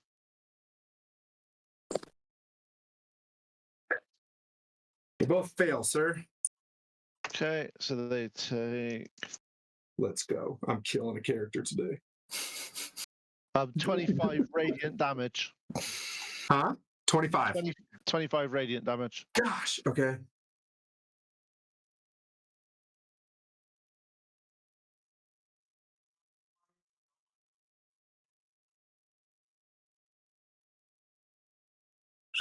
Okay.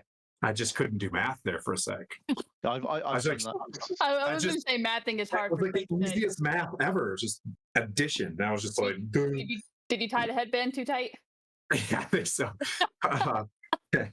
Hush. All right. It's another 8. I'm so stupid with this. All right. 30. Okay. That doggy looks hurt. All right. And brings us up to the top of the round. Round 2. Mirren. Okay. There you are. Face to face with Zalto. I'm gonna put. What would you like to do? All right. Well, I only have one There's a dog drum there, magic too. left. Yeah. Also, well, are these considered giant dogs? Or are they just normal dogs? Well, I'm gonna go ahead and hopefully, if Zalto goes down first, they'll just lose all composure and run away. So I'm gonna take both swings with the longsword at Zalto. See how this goes. It will be a, let's see, +7, 20, 23 to hit, and then a 19 to hit. Okay. Quint has Spirit Guardians up. All right. What was the first one? A 23 to hit, and then a 19 to hit. They both hit.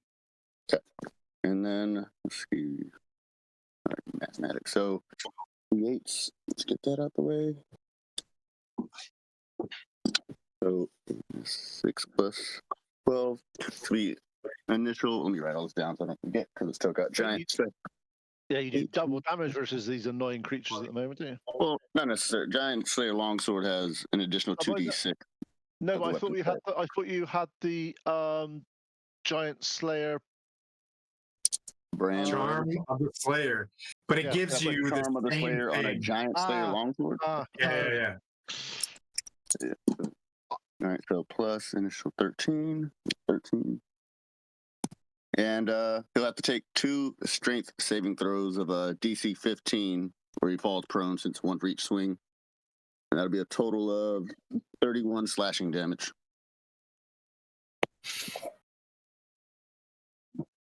All right.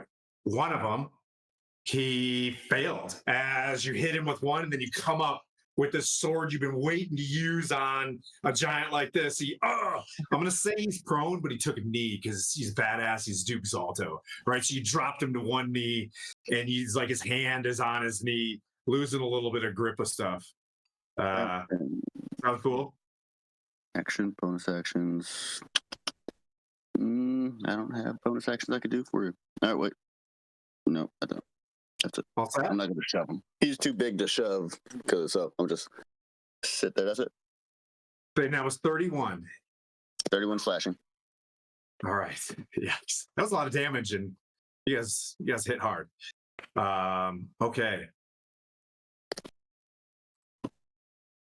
I don't want to pick on Dark, but I got to turn the tide. You know what I mean? Like, what would you do? What would you do? Whose go is it at the moment? It doesn't who gets a go? It's Zalto's go. Doesn't he go after Puent? No. I thought he did. Yeah, He yelled at the dog. he's my 2-0 boss. He's not allowed to have any extra moves. Stop being like. Dark, did you roll a 20 on your initiative? Dirty 20. Okay, you've got initiative on him. You go first. Me? Yep. Okay, so What I'm saying is that was a gift. So use it. Well, I will take this gift and Because you're a prepare. good friend. You called me handsome the other day, and I'm like, all right, cool. All right, I'll let you. Happy Handsome Monday or whatever. I was like, all right. I'm going to. You'll watch as there's like, from all the times he's fallen, there's this mark on Dark, and I'm going to activate it and cast Blade Ward on myself. Okay. Which will give me resistance to bludgeoning, piercing, slashing. Okay. Until my next turn. Okay. However, as it activates, I don't know if it's like a pulse or a sense or something, but animals are uneasy around me. Oh. Ooh. That's the one that I rolled for. But I don't think hellhounds are really dogs. yeah, I was like, I don't know if it's gonna work, but we're pulling for scraps here. So I'm gonna roll but they feel uneasy just for the rule of cool. You hear them just really want to eat you now.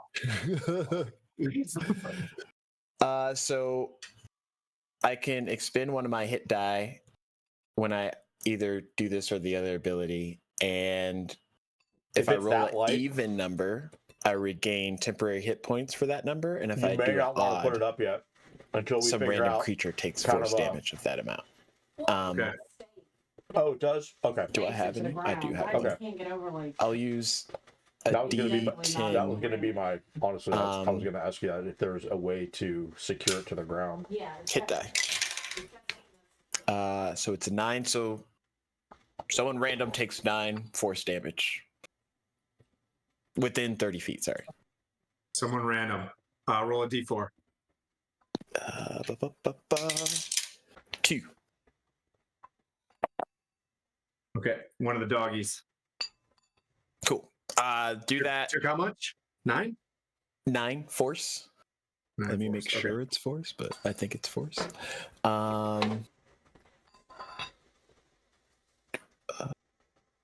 Yeah, force damage. And then for a bonus action, do I have anything? I'm going to second wind because I just took a huge chunk of damage. Oh my god. I'll recover 11 hit points. Okay. All right. And that's the end of my turn.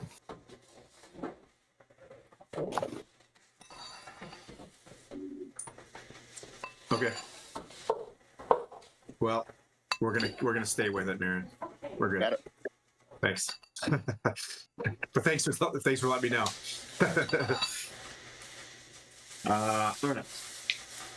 So that's it for you? Yep. All right.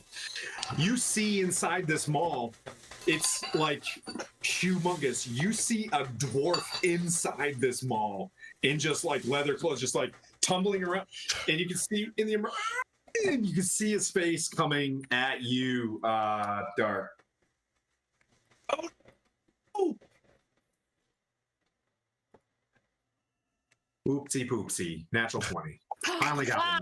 It's been like 3 sessions. It's getting so half hard regardless. to say goodbye. Yeah. So 43 plus 66. How you doing? Hang on. How's that half? 106 Like which part damage. is? 106 So it's a natural 20, 66 plus 7 damage. So it's going to be 30, right? So 36 plus. Is that half? Oh, because it's piercing. So 43, that's 22. Okay, so it's 22 plus. Okay, here we go. The last 66. Oh, come on.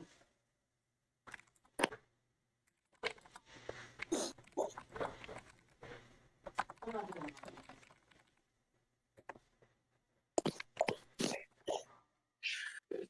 That was 22 fun. halved plus 8 because I was 19 or 18. So 30 total damage.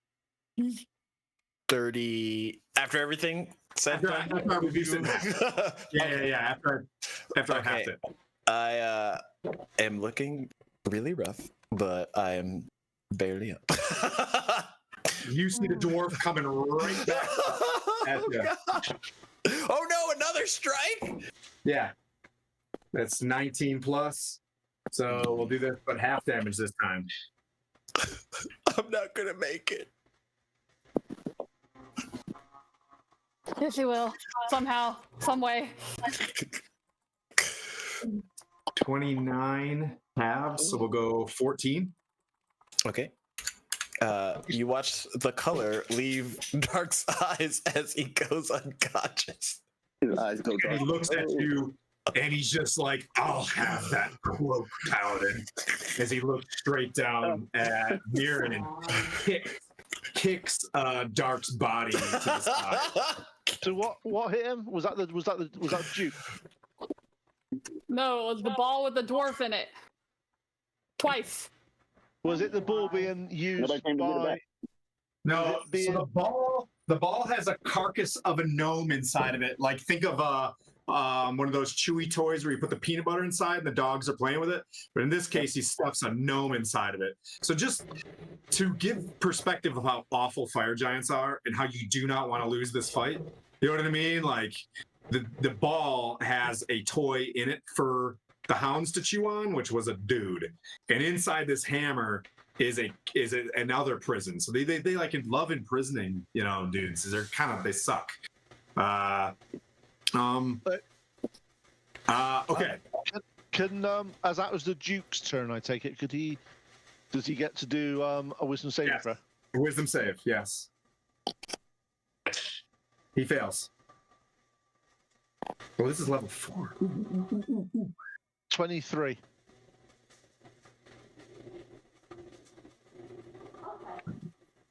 Man, maybe I need to untighten this thing. My brain's not working. All right. Coco's in my head now. Maybe it is too tight. All right. That brings up Point. As the battle ragers run around, you see Dark goes unconscious after this sick move, but he did his job. He took the first tanking. He did exactly what he wanted to do. So great job beating the initial tank on the end boss for Ironslag. Oh my gosh. Does that make you feel better? I am. I'm going to cast a spell. If only heat metal worked on this guy. On Dark, because I'm being nice. He wanted some dark meat. Damn, that was good, Coco. Sorry, it was there. Dark, I'm just going to cast you because I haven't got many spells, just to get you up. You're going to have to sort of be clever and either heal yourself or get out of combat. So I'll help him with a little bit extra. Yeah, so level 1 healing word, so that's my bonus action. So that is 2 + 5, 7 hit points you're healed for. And I am going to use my action to dodge. Nice. Okay. Spirit Guardians are up, running around. You see them ripping also at the obelisk while it's sitting there. Like they're going around and you see them spiritually hitting the obelisk like it is not nice. And you kind of see this obelisk kind of glowing with, it has giant runes, but you can, if anybody knows Abyssal. Anybody? I don't think I do. All right. Well, it's got really naughty language written in like diarrhea all over it. Because that's how I would imagine demons would. You know what I mean? Yeah. It's just you're like, brother. Ooh, what's that? What's that? All right. Point. You're done. Yeah. So You I'm got more. basically just I'm just dodging. So that's what I'm doing.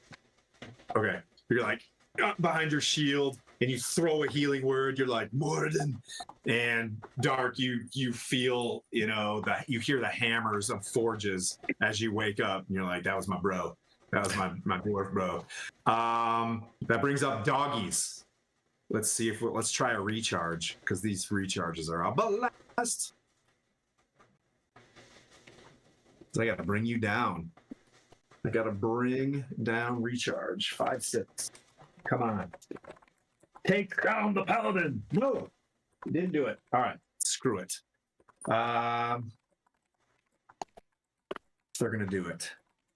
They're all gonna jump on this displacer beast because they do not like displacer beasts. We're gonna try our best, Mirren. I'm gonna put you. Come on, natural 20s. 3 dogs. So when they jump in, are they going to come within my Yes. Okay. So as soon as they get in, 2 of them got an 18 plus and 1 got a 5. Okay. If the 18 is more than +1, they've done it. It's a 19. It's a +1. Okay. So the one that didn't, so that's 12. The one that didn't takes 19 damage, and the ones that did take 9.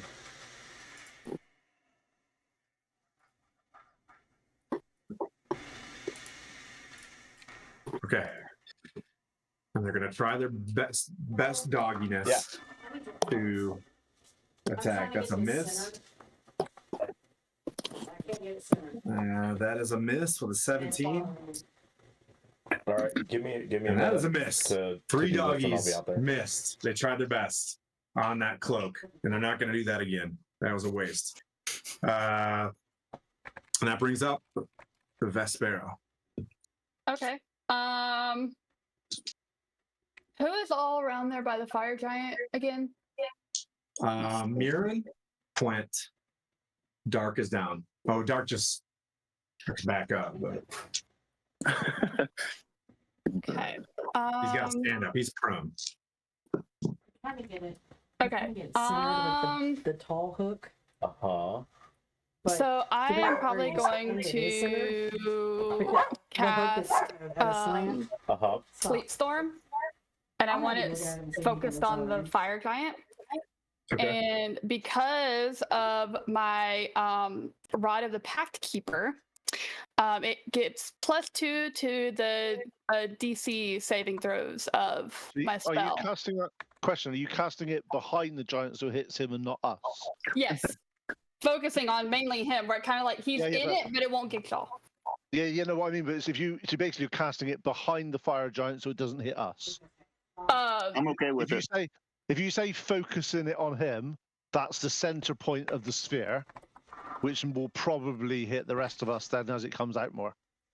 That makes sense. I want to focus it like right behind him, but where he's still in it, where it gets him, but it doesn't get y'all, like right on the outskirts, so he still has to. Yeah. You can do that. Yeah. That's what I mean. I was just making sure we weren't just gonna. Yeah, so the Rod of the Pact Keeper, it gets +2 bonus to spell attack rolls and to the saving throw DCs of your Warlock spell. And I get to regain 1 Warlock spell as an action while holding the Rod as well. So I think the DC, if you're attuned to it on D&D Beyond, it'll be in the DC of the spell already. Okay, yeah, I'm attuned to it. Let's see. So so when I cast it, instead of an 18, don't you have to make a 20? No, because it's 18. It would have been 16 otherwise. It's 18. He fails anyway. Oh, okay. No, I'm good with that. Yeah. I was just, I was like, man, we're doing a lot of math, and maybe I could just roll this and get a 2. And okay. Just like, I like that. So he's got Sleep Storm on him, which is difficult terrain. Mm-hmm. He goes prone. He falls prone. Once again, he falls down. Movement halved on his next turn, which will be important. And then he'll finish there. Okay, fine. All right. Let's see. That's your turn? Mm-hmm. That brings up Mirren. Okay. So I'm going to, as an action, use my remaining lay on hands of 25 to give Dark a little more breathing room. Okay. And as I guess a response to the Duke's saying he wants my cloak, I'm going to give everybody else advantage by flanking around him into the icy terrain. Oh, it's just strolling nonchalantly like it's no problem because it isn't, because I have the boots of the Winterlands. Just be like, oh, yeah. So you went around behind it? Yep. So opportunity from whatever dog may hit me. Okay. Yep, so I'm just circling around him. You're sounding very...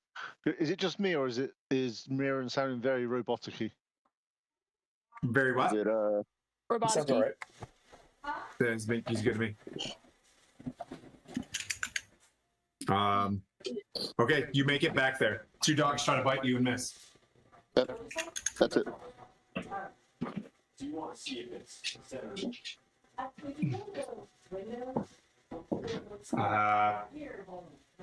All right, that brings up Dark. How much heat is that? 25. 25. Thank you. Taking a heed what Mirren and Point have done to make sure I'm not dead. Dark is gonna stand up everybody gets another D6 inspiration. So you should both are D6 bardic inspiration. In case you guys haven't used them yet, so everybody should still have 2. Razkill came in and who's usually Yeah, but, very you DM know, centric. yeah, he's more on the DM side. Yeah. I'm gonna stand up, use half my movement to stand up, and then activate dodge for my action. Okay. And then I'm going to jump with the 45 feet of movement. If you're activating disengage, right? Because you don't want to get hit with the opportunity attack. Yeah, I'll do disengage instead of dodge. Okay. Just trying to help. Yeah. You see him just like. Sound good. And I'll jump and try and land on the obelisk, like the backside of the obelisk, or the side that's not facing. It looks like it. Yeah. All right. Yep. So you just yoink. Yeah, kind of like boop. All right. Disengaged. Bonus action. Don't have anything. Sweet. All right. He's gonna make a wisdom saving throw. 14 plus is a fail, I believe. So do your Spirit Guardians damage.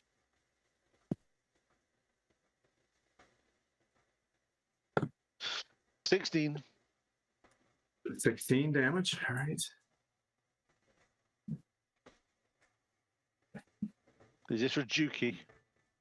He's looking, still doesn't look bloodied yet, but he is, you see, backing out of the room right now. So Mirren, he's going to attack you twice as he tries to leave the room. If he's trying to leave, if I'm next, because I wasn't in melee with him, was I? Ignore me. Slipping ice. Misses Mirren on the first one. Does a 21 hit is the lowest. Does not. Yeah. So he takes 2 big swipes, stands up because he's prone, and tries to move out of the sleep storm. I believe he gets 40 feet of movement after that, 30. So he just moves back. And as he moves back, you Hit him see. with my reaction. Yep. So Giant Slayer Longsword when you're done. Okay, go ahead. That's it when you're done. Once he's done with it. Yeah, okay. I know. Yeah, so he's gonna try to, as he turns, you can see a iron, grated staircase and the wall behind him going up. So go ahead and swing. Okay, so does the Giant Slayer Longsword a reaction to him trying to leave my, I guess, melee? Which will be a... Yes. So you'll have to do a DC 15 to see if he fell prone trying to not do that. He fails. And then it's a 26 to hit. Hits. That. And then 1d8. He fall prone twice. He'll move like 10 feet. He's gonna inch his way out. 6 plus... It'd be 15 slashing. Okay. All right. Yep. So he's trying to leave. He's scrambling. It looks really ugly right now as you hit him again trying to leave, and he tries to escape the storm and get himself to this staircase. And that brings up Dark Point. Okay, I go to the other side of. How far away? Because Duke he's only got about 15 feet away from me. He should have done, shouldn't he?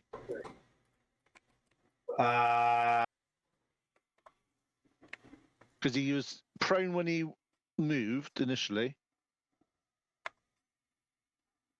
Or wasn't he? How far away is he from me? Is he like 40 feet? He's about 30 feet. Okay, I go and run straight up to him and be right next to him. Okay. Oh, with your Spirit Guardians? Yeah, I got but also I want to get right next to him. So, I mean, he's already taken the damage from the Spirit Guardians. Can you take it twice? No, I don't worry about that. That's fine. Yeah. I'm actually going to double move, and I'm going to move around the other side of him. Okay. All right. Staven is obviously he's prone at the moment, but I'm going to go all the way around him, so he has to get past me. When do you enter the sleet storm at that point? So you have to Oh, take that's the a. point. Yep. Sleet storm. What do I do with sleet storm? Sorry. 18. Oh, Is it shit, Dex? where's Is it? Yep. It's Dex. There's no point me going in. I forgot about the sleet storm. I put me back. Sorry, I completely forgot there's a sleet storm. There's no point me even going for it. So you're gonna stay back here? Yeah, there's no point me going for it. Okay. Where is the sleet storm? So I know. I What think is you're it, like 20 right on the or edge 30? of it. Is it 30? It is the rain. It's 40 feet. Yeah, it's something like this. I'll put it down. Yeah, just so I can. Cause Some he's got half. AoE permanence stuff. All right, it's like there. Yeah, 'cause I'm not in it though at the moment. It's in front of me because she cast it behind him before, so it wouldn't hit us. Yep. So it's like there. He's still in it. Mirren's back here. Okay. You're back there with your spirit guardians. Ooh, there's lots of stuff. Lots of D&D things. Yeah. I'm just trying to figure out what because he's going to get away now. The drag. I'm going to stay where I am because the dogs are with me, and I'm going to cast my spiritual weapon by Duke Zolto. Okay. As a bonus action, and 21 to hit. Hits.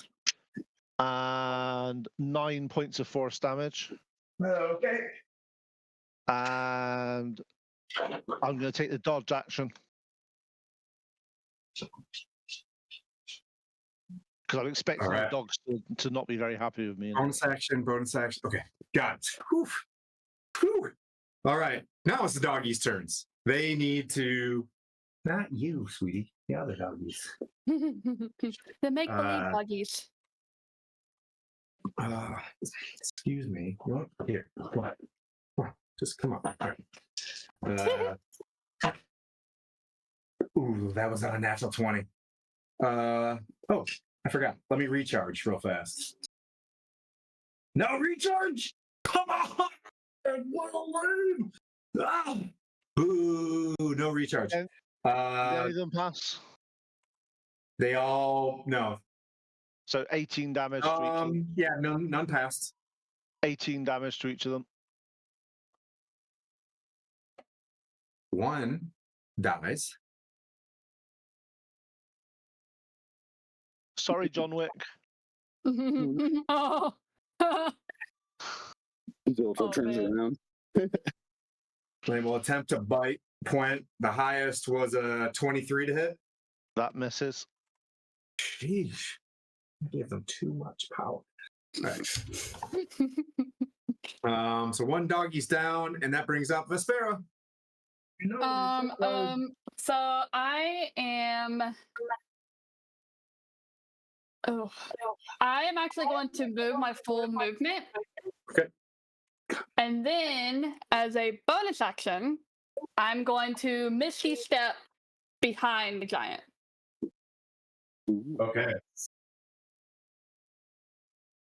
So you're like way back here now. So there's another gantry over, like up here. I'll show you. If you want to go to that. Yeah, if you don't mind showing me really quick. Sorry if that makes things a little difficult. Nope, it's fine, man. I'll show you where you are right now. You're like up there. See you? There you are. Yep. Great. Okay.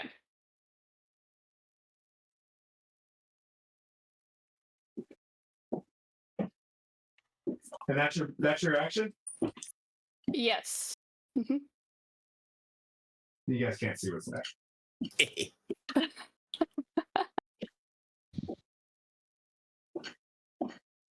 All right, Chippy. I love you, buddy. Excuse me. You are just. All right. That brings up Mirren. Okay. I will also. I guess I'll join Vespera where she is behind Duke Zalto to take that place in case he tries to move again. Yep. And then I will. Yep. I'll just take another 2 swipes with the Giant Slayer Longsword. Okay. And because I can't grapple and carry him around. Well, maybe. No, maybe not. Let's just swing. So that'll be a 16 plus 7. So 23, a 9 plus. Oh, it's not going to be good. A 7, 16 to hit. Oh, that's not good. Hang on. You can use your 2 inspiration dice you got. Roll the d6. Yeah. Okay, so dirty 20 to hit now. That hits. They both hit. Yeah. Good call. Thanks. Let me cross one of these out. So use that again.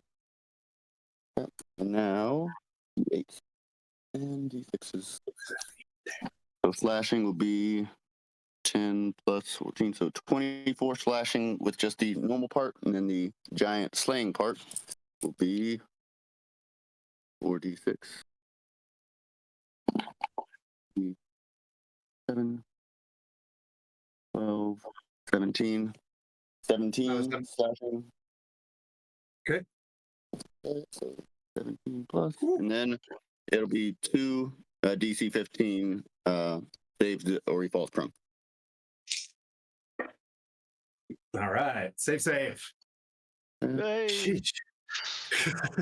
Save. Not fail. He saved. Yeah.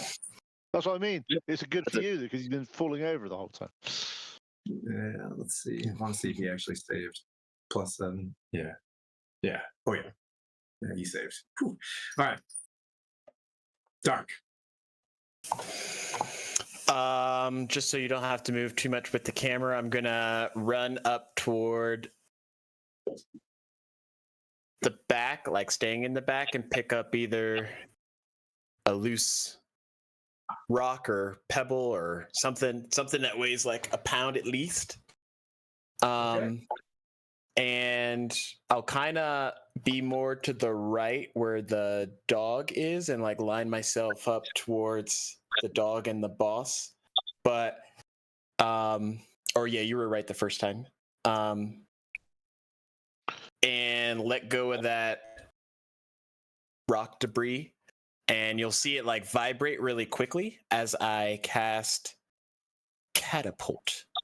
Oh, nice. So since the dog's the first target, it has to make a dex save of 15, and if it does, then it'll continue on to hit. It fails. Okay, so it'll hit the dog and explode. 3d8 bludgeoning. Dang.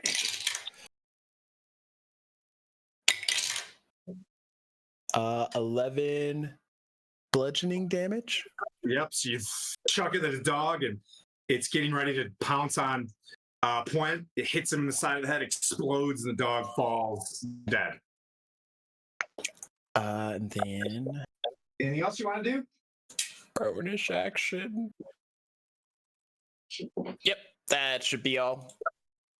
We need to make sure this guy doesn't get away. Yep. All right. Well, that's what it's going to do. He's going to dash. Dash where? What do you think? Actions. Let's see. So, okay. Oh, that went out. Don't we have opportunity attacks? Yeah. You will also as he runs by you. Yes. So Vespera will get one too. Yep. All right. So let's see. That'll be. We add this math plus 7 to hit, right? Yeah, plus 7. All right. So that's 24 to hit. Hits. And let's see. 1d8 plus 2d6.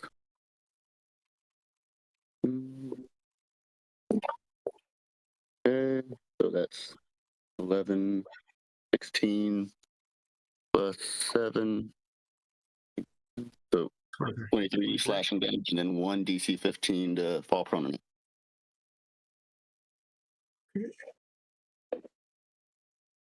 17. That's it.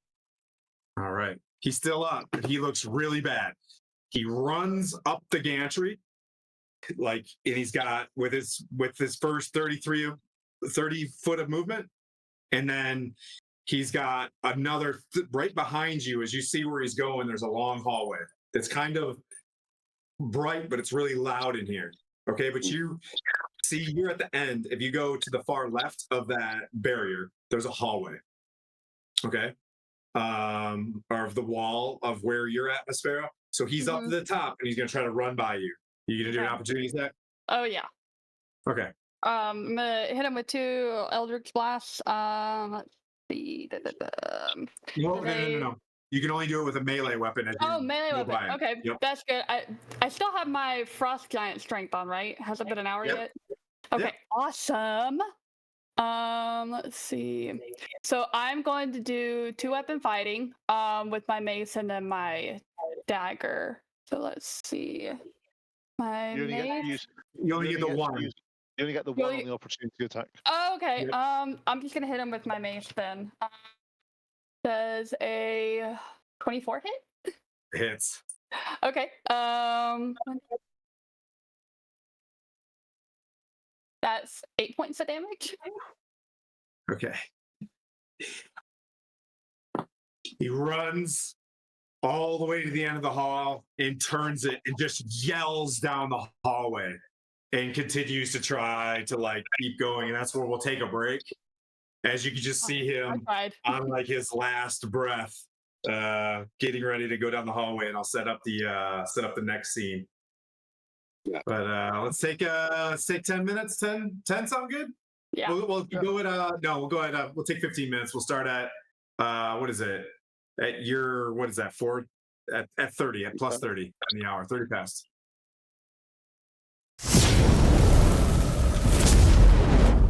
A spark within, but we can slow. I left behind the walls of home, doomed to find the truth, to stand alone. With every step the cold grew deep. The magic stirred, no longer asleep. A princess then afraid, unsure. But through the frost I learned much more. My hands, they glow with icy fire. Each battle stoked my heart's desire.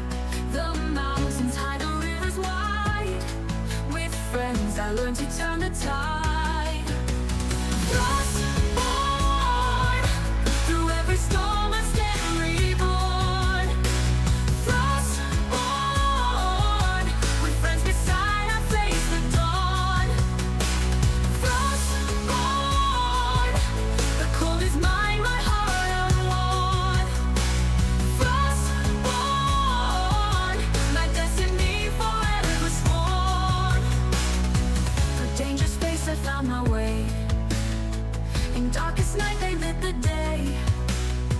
The bonds we forge unbreakable, all in ice and flame unshakable. But deep within a quiet ache, the home I left, the path I take. Though magic calls me far from there, my heart remains, I hold it dear. Frost born, through every storm I stand reborn. Frost born, with friends beside I face the dawn. Frost born, the cold is mine, my heart unworn. Frost born, my destiny forever sworn. Now the winds obey my will. With frost I bend, the world is still. But even as I rise above, I long for home, the place I love. With every spell, with every fight, I'm guided by their strength, their light. My power grows, my heart is torn, but through it all, I am reborn.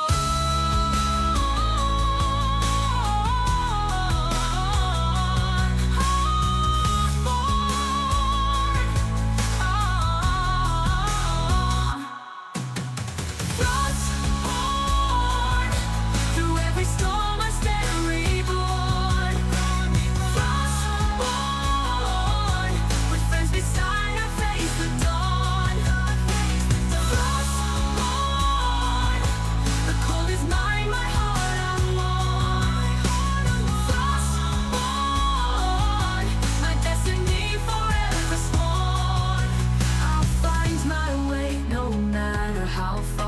reborn forever, a guiding star. Frostborn, through every storm I stand reborn. Frostborn, with friends beside I face the dawn. Frostborn, the cold is mine, my heart unworn. Frostborn, my destiny forever sworn.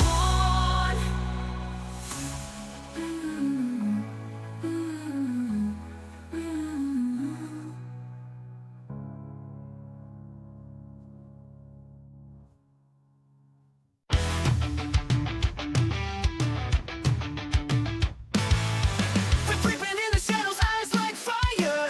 Razor claws in the dark, they're coming higher. You feel the chill, you hear the hiss, but when you turn around, it's the end of bliss. Murder badger, it's a sneak attack. Murder badger, out for blood.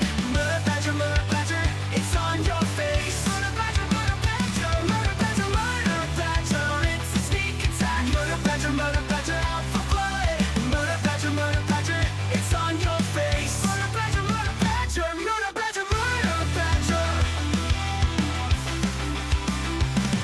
no mercy, no time, you're on their list. Never rip and tear through the fog and mist. These monsters won't care if you run or scream. Once they got you, you won't wake from the dream. Murder badger, it's a sneak attack. Murder badger, out for blood. Murder badger, it's on your face. Murder badger, it's a sneak attack. Murder badger, out for blood. Murder badger, it's on your face. Murder badger.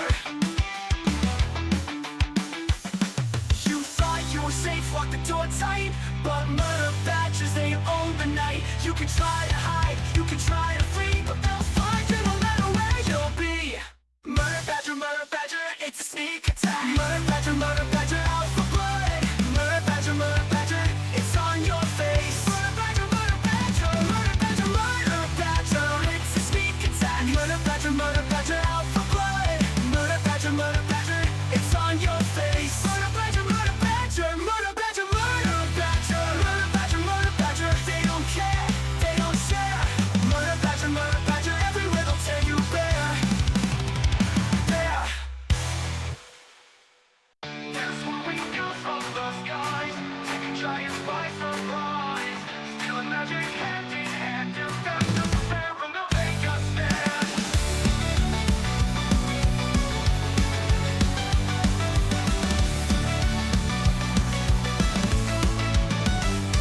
From the shadows, no neck sneaks. His silent mind blades strike the weak. Birth bardic tune fills the air. A robot's music beyond compare. Sir Timothy's shield will never fall.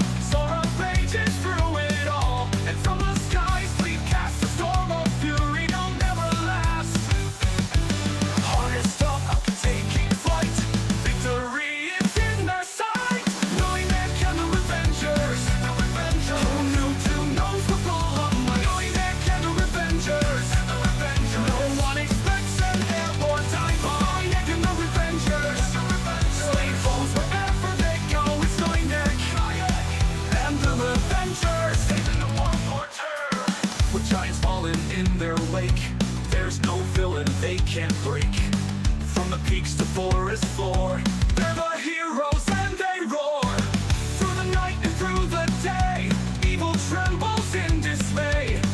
They're a force you can't deny, raining justice from the sky. Harnessed up, taking flight, ready for another fight. Knowing they can the Revengers. Who knew two knows were full of might. Knowing they can the Revengers. No one expects an airborne dive bomb. Knowing they can the Revengers. Slay foes wherever they go. It's knowing they and the Revengers. Saving the world for terror. With giants falling in their wake, there's no villain they can't break. From the peaks to forest floor, they're the heroes and they roar. Through the night and through the day, evil trembles in dismay. They're a force you can't deny, raining justice from the sky. Harnessed up, taking flight, ready for another fight.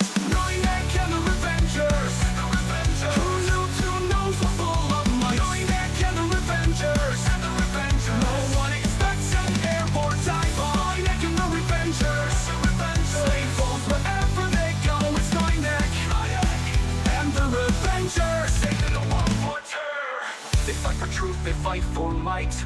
In the end, they'll win the fight. Neuneck and the Revengers fly, heroes rising to the sky.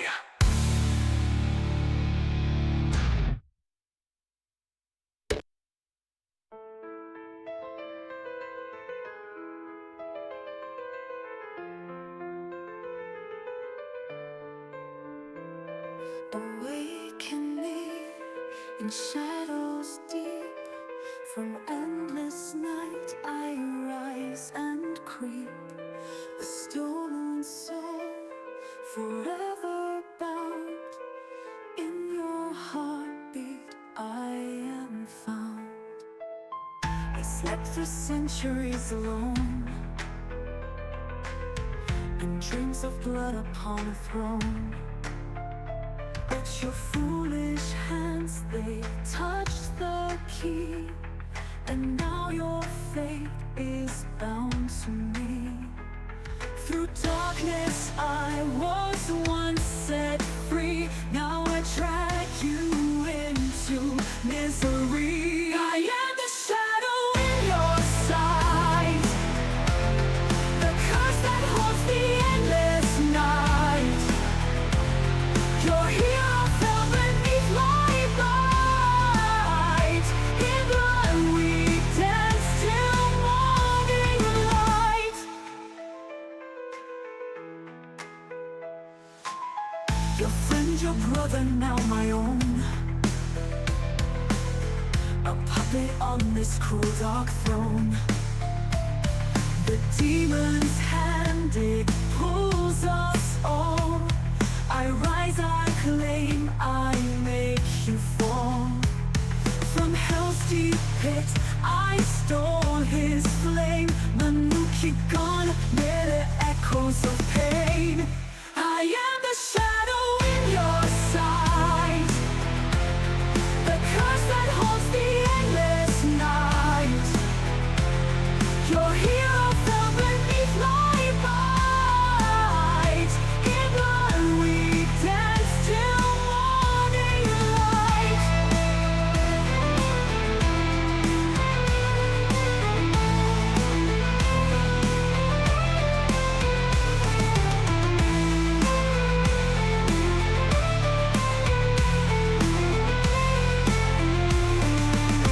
But in the dark where shadows sin, a heart still beats within this thing. I am the weapon, I am the blade, but long ago I was betrayed. Now cursed to walk this endless fight, no dawn to break this eternal night. I am the shadow in your sight, the curse that haunts the endless night. Your hero fell beneath my bite. In blood we dance till morning light.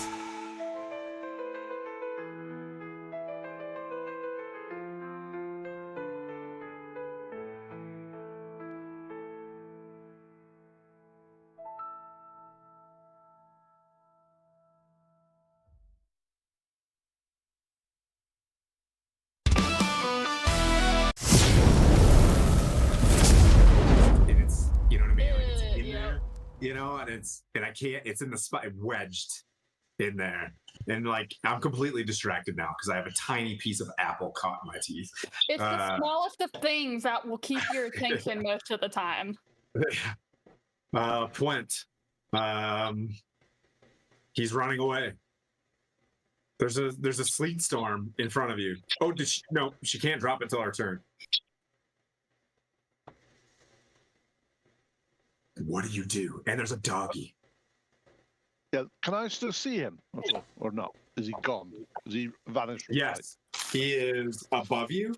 He ran up the gantry and ran. Then you can see this hallway that he just yells down. The rest of you guys are in theater of the mind as he's trying to get away. So how far away is he from me? 60 feet. Okay. Is he taller than feet away? Yeah. Wisdom saving throw, please. A 2. Yeah, you failed. That's a D12, right?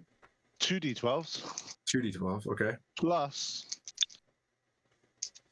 some stuff plus the d8 because I've of my thingy. Let's see. Oh, that's some nice damage.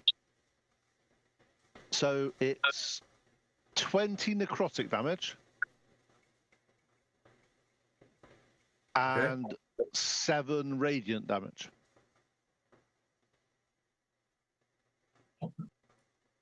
Okay. And I will then, as my bonus action, tell my spiritual weapon to chase after it for 60 feet and try to hit it. I gotta do some calculations here real quick. What's up? Does a 19 hit with my spiritual weapon that's ran after it to hit it? 19 does it. Okay, that's 7 plus 5, Right. 12 force damage as it gets thwomped by my spiritual weapon. Okay. Is he dead yet?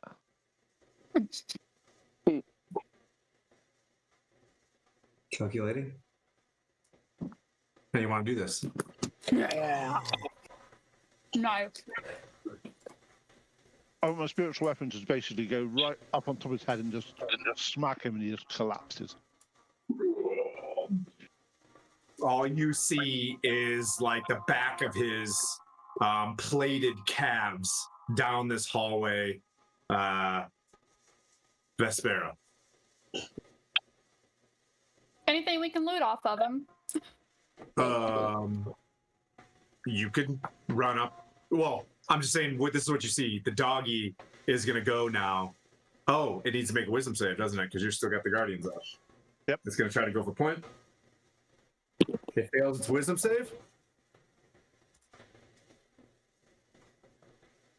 So it's 20 radiant damage. Ooh, hang on. Ooh. This is a good round for point. Okay, the doggy does not exist. Doggy falls over too. It gets kind of. It is still loud. The chains are still kind of moving. The doggy, you know what I mean, falls dead as well. But he did yell down the hallway. Jeez. Doggies are out. Hobos are in. So, best remember if you on your turn, if you could get rid of the thingy down there, so we can come and help you. Otherwise, you're stuck over there on your own. No, I mean, I can run up there real quick. It won't take that long. Yeah, he's Mirren's with me. Well, okay. But I'm still gonna.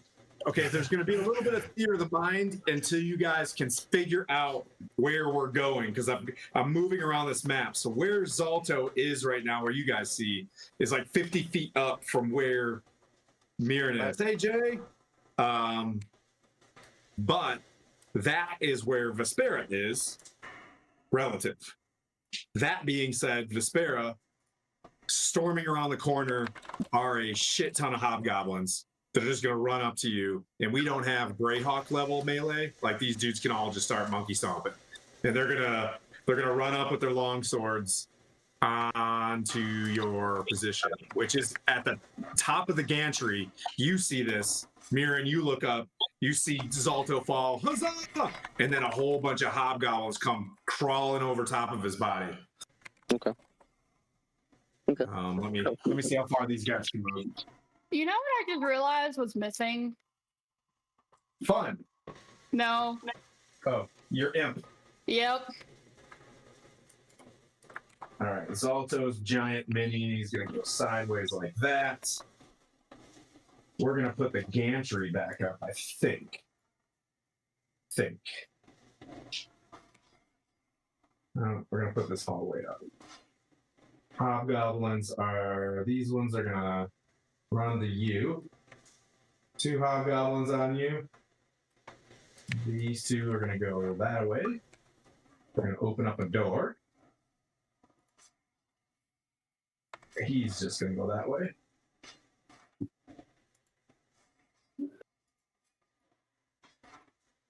can use his bow. He's gonna use his bow too with some cover. All right.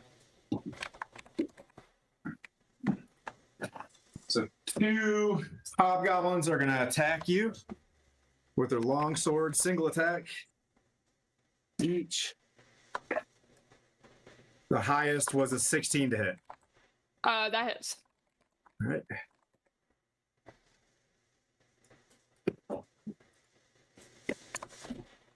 I rolled a 1, so 2 slashing damage, I'll take and it. then 2 longbow shots, and the highest was a 13. Misses. All right, and that brings up your turn. Okay, I'm going to dispel my sleet storm. And then I am going to the closest one to me. Yep. I'm going to do frostbite. Okay. He's got to make a 18 con save. Fail. Okay, so let's see, it's 2d6 of damage. That is 10 points of cold damage. You blast that dude square in the chest, and 11 total hit points, but 10 is tight. Rule of cool. He falls over, dead. You just freeze him straight up, and the other one just kind of sits there, and he's got a shield and his longsword. Actually, this dude doesn't. How does he even have a shield? Doesn't even make any sense. Yeah, I guess he's got a shield. All right. All right. That brings up Mirren. Okay, so Unless Vespera, do you want to do anything else? You got a bonus action or anything fun? Your imp can move on your turn. You know that, right?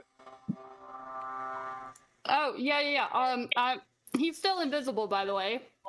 Okay. Bub is going to go up to the other guy, and he is going to bite him, which will make him become visible. Okay. Let's see. That is 22 to hit. Oh my God, yes. Let's see. So that is Holy guacamole. okay. 24. That is 5 points of damage, and you must make a DC 11 Constitution saving throw. He's poisoned.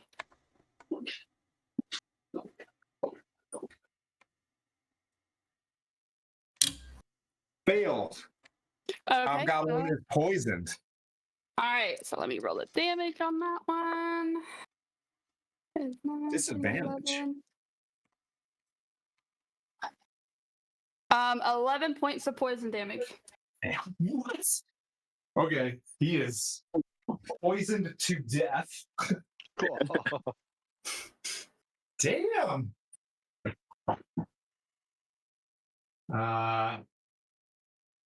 And I still think that brings up Mirren, right?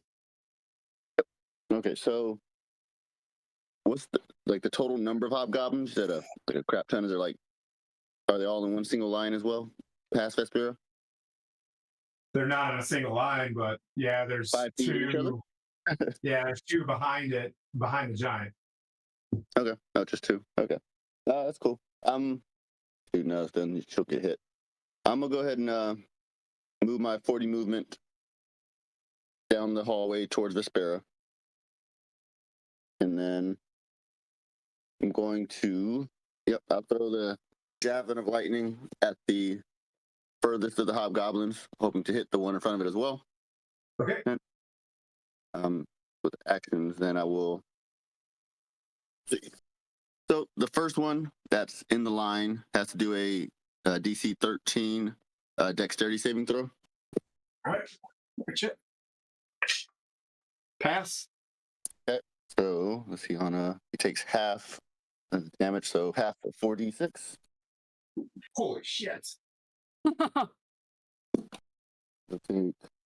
9, 7, 16. So he takes 8 lightning damage. he's still alive. And then the one behind him, he'll take. Let's see. They're not in a row. Oh, okay. Oh, then okay. So that's the one that will get hit. So let's see if he gets. Okay, wait, not in a row. So it only hits one. So I need to do this backwards and ignore that damage because he said he passed, which there is no pass or fail on this one that gets hit. So it'll be a if I hit him at all. So 22 to hit. 15 damage, right? So yes. So 22 to hit. Okay, all right. Yeah. Because then it would have been more. But yeah, 22 to hit, and that's it for that one then. All right. And bonus action. Yep, that's it. All right, and that brings Dark.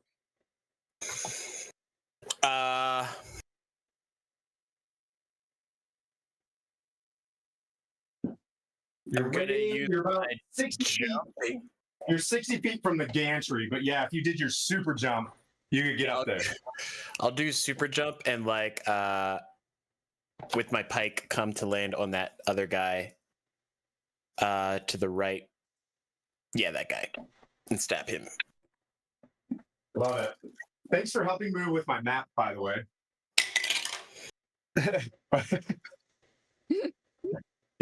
Honestly, inspiration for jumping up there and solving that. 13 to hit. That misses. Can I Man, use you do the these sick inspo die? moves, and it's like bonk. Yeah. I use the D6 inspo die to try and. Okay.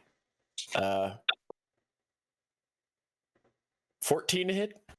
Nope. You got one more D6. 19 to hit. Hits. Okay.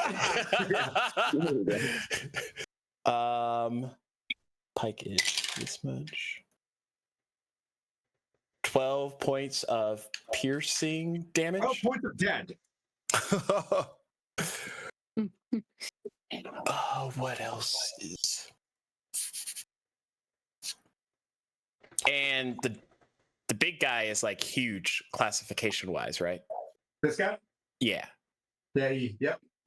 Okay, never mind with him.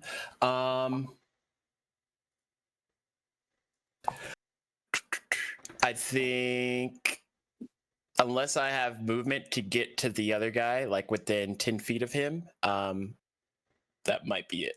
That guy that's in the. How much? No, that was like your full 100 to get to where you're at right now. Yeah. Wait, do I have a javelin? Can I be mirrored for a second? Pick up my javelin. Throw it at him. Oh, I mean, technically, there is a javelin at your feet. Yeah, so go for it. Like, and just chuck it. Yep, I'm not very good at throwing. Yeah. So action. It is a. I did not. Well, that's for my strength. It's plus, but it's a 1d6. Is it a damage. strength weapon to throw? Oh, really? Just tell me what D&D Beyond tells me. Okay. I don't know if that means it's off For the me, market it is or a It might be plus off the- it might 8. be off the Okay, market. that's not bad.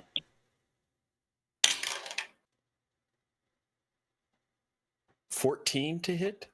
Misses. Son of a duck.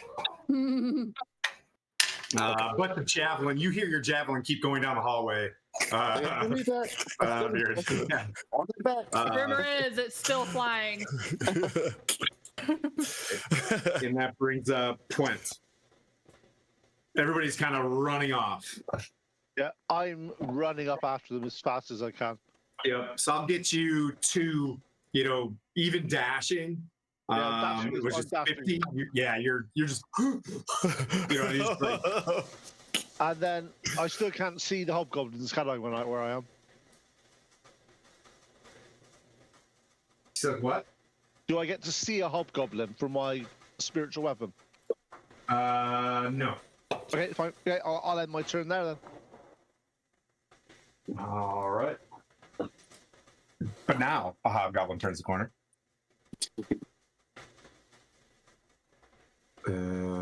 Yep, one hobgoblin left. We'll turn the corner and shoot. Oh no, he's gonna stay where he's at because Dark. Yeah, he's gonna pie that corner. He's gonna shoot Dark with this which is just a 12 to hit. That misses. All right, and he's gonna step backwards as he watched his whole squad just get smoked there in like a heartbeat. He's gonna shoot and step backwards. This 30 feet.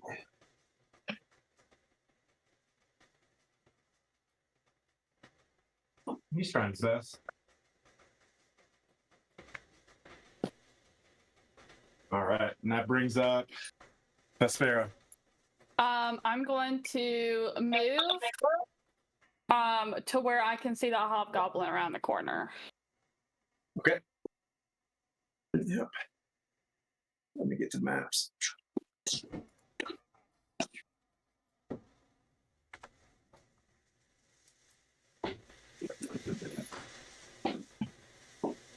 You're gonna sneak up here. Sneaky sneak. Yep. Like this. And you're gonna blast them. Yep. You read my mind. Yeah, you read my mind. That is a 19 on the first one. That hits. And that is a 22 on the second one. Yeah, just roll the damage on the first one. These guys aren't that. Oh, okay, okay. So this one is going to do, instead of 3, it's 4 points. I didn't look at that. It's 4 points cold damage. Okay. So that is 11 points of force damage. And Vespera, you see as the hobgoblin dies, and there's a door open at the end of the hallway, meaning someone probably just booked it down the hallway. So, clearly Duke Zalto set the alarm chain off on this one. Yeah, it's not a dungeon crawl, it's a dungeon pull. I like this. You gotta get fast, you gotta get faster than the messenger. This is real good. So you see people inside these cages. There's like a bunch of orcs off to your right, and you look kind of farther down, you see some emaciated looking humans in the center one, and you can't see what's in the farthest from your angle. You are at you're at your limit of movement. Mm-hmm. Your imp though can do some shit. I'm going to actually send Bub down the hall to get where I can't see the places. So where are you, Bub? There's Bub. Bub goes about to there with his movement. Okay.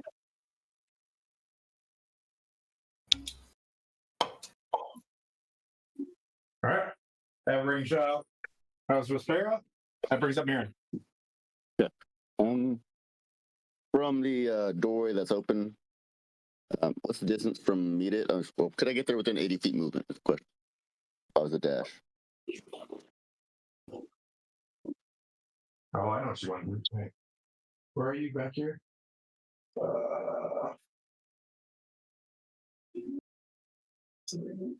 60.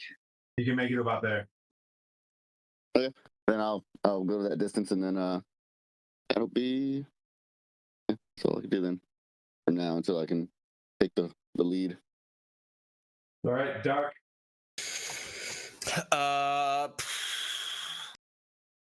I am going to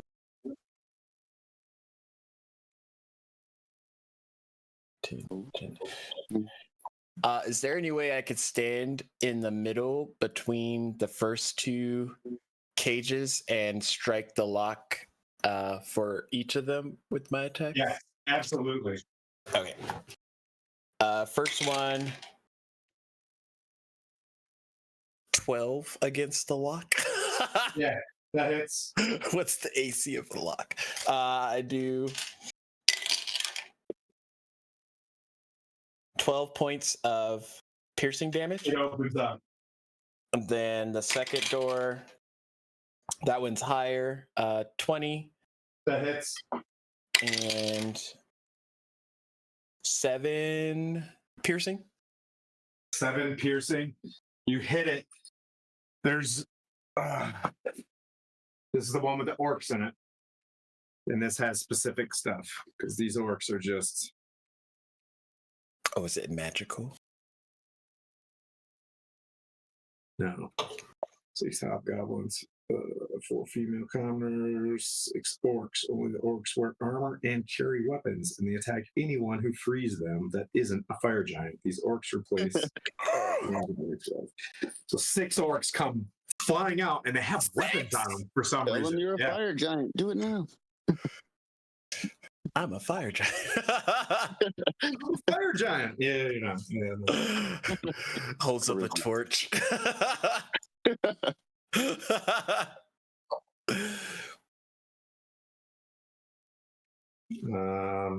they'll go on their turn. Is there anything else you want to do? They're clearly looking aggressive towards you. I'll like.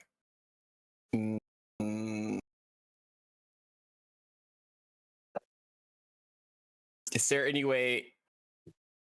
Is this like a whole action to just like shove a sword?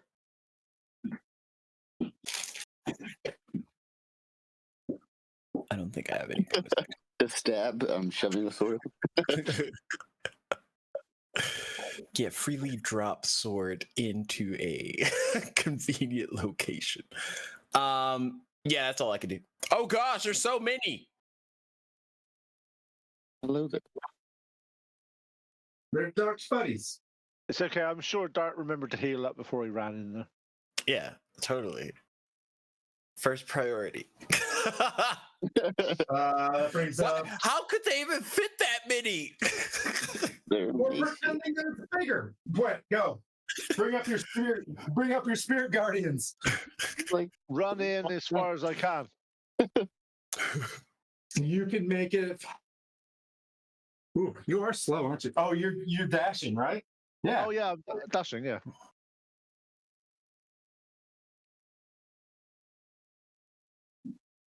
All right. You can get about half of them. Okay. Who's that person with the I just went past? That's just a a freed lady. She's like, thank you. Okay. I'm an NPC. So can the ones that Her name is Enpasea. so have some Oh, I'm wisdom gonna keep saving that throws, please. That was really good. That was really, really good. All right, so 3 of them are gonna roll their wisdom saves. It's 20 radiant if they fail. 1 got a 19. That passes. So that's Wait, it's an orc though, so let's see. I mean, oh, it's a 0. Okay, so 1 and it's 20 radiant. Oh, I think they're all dead anyways. And even half is 10. Okay, 1, 2 just get obliterated by like these dwarves as like these spiritual hammers in their hands and these jagged looking armor, and the other one's just looking rough. But 2 fall, 1 is bloodied, and that brings up Vespero's low on this one, so that brings up orcs. Huzzah!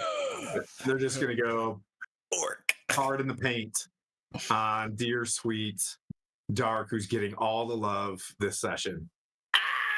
Would you say he's about to get orked? Yeah. 1 is going to roll disadvantage next round for rolling a nat 1. A 17 is the highest. That is my AC. All right. Oh, yeah, I love D12s. That is that's 5 slashing. 5 slashing. And the last orc misses. And that brings up Vespero.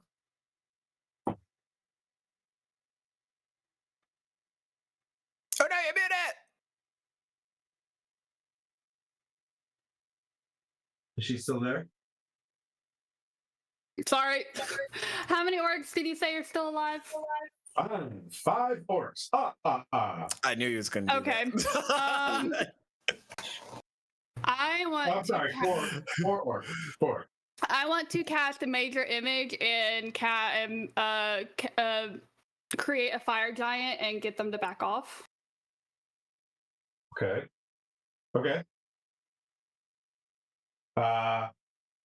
They go back in the cage willingly. If I oughta. Do you want to lock the cage? Yes. Get back in there.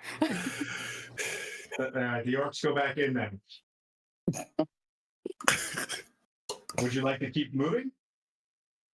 Oh no, that was your action. Lock in the cage. What do you want your imp to do? Keep going? Yes, please.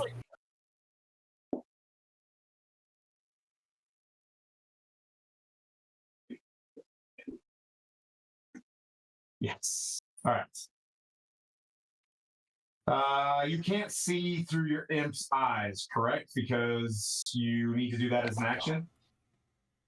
I think so. Yeah. So next turn I'll let you do that, but I'm gonna roll a stealth check for your imp because it's not invisible right now, is it? Nope.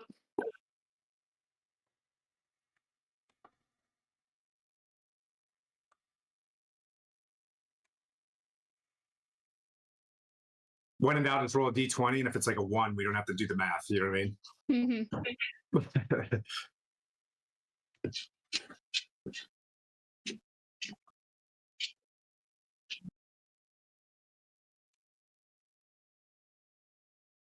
So do I need? I need to just duh. Oh, sorry. Yeah. My bad.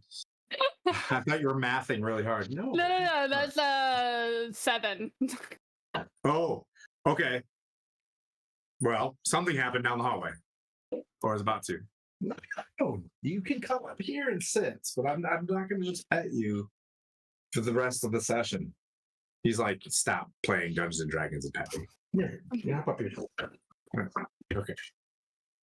Ask JD. My dogs are they're just attentioning. All right. Let's see. That brings up Mirren. So, did my javelin make it past the doorway, or is it somewhere between here and there? It's in like the corner of the closed portion of the door. You see that down there? Okay. Yep. So I'm at 40 movement. So I will, if I can get there in 40, I will.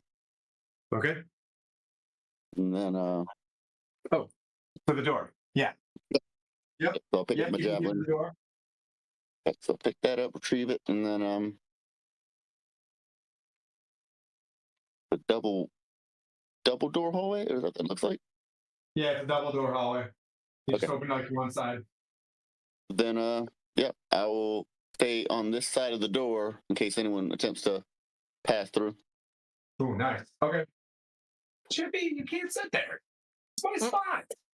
Such a stinker. All right. Brings up Dark.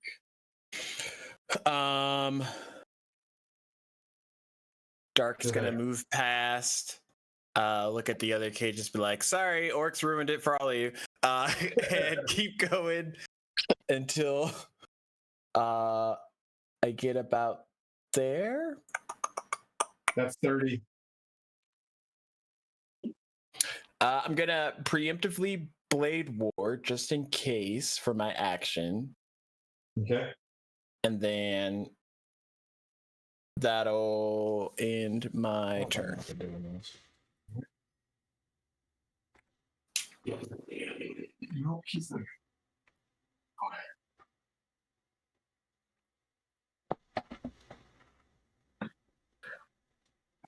Brings up point. Okay. You're pointing at me on the floor, are you? Yep. Okay. The person in front of me that's prone, is that a hobgoblin? Is it dead? That is a dead orc. Yep. That's a dork. Okay, I just run down the corridor. Okay. And the core little orcs that were just gone back in, I'm going to kill them because I'm a dwarf.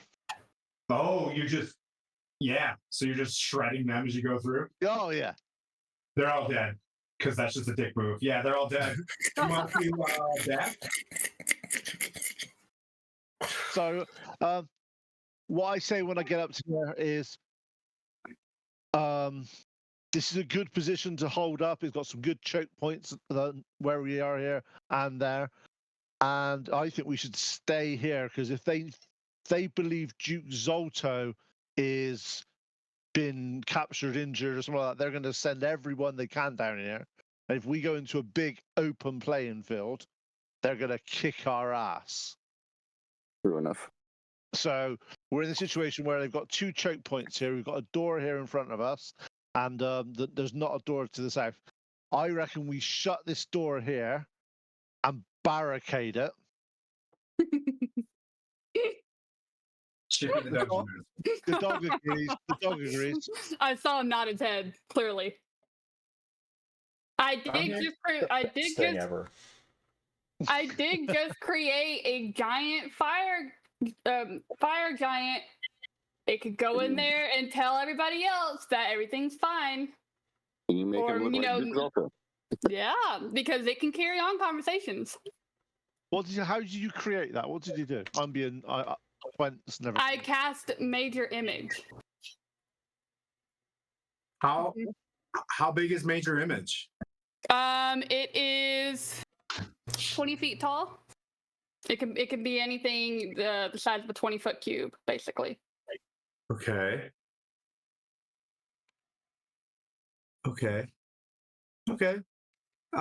I'll slightly shorter. You know what I mean? Like, but yeah, you can.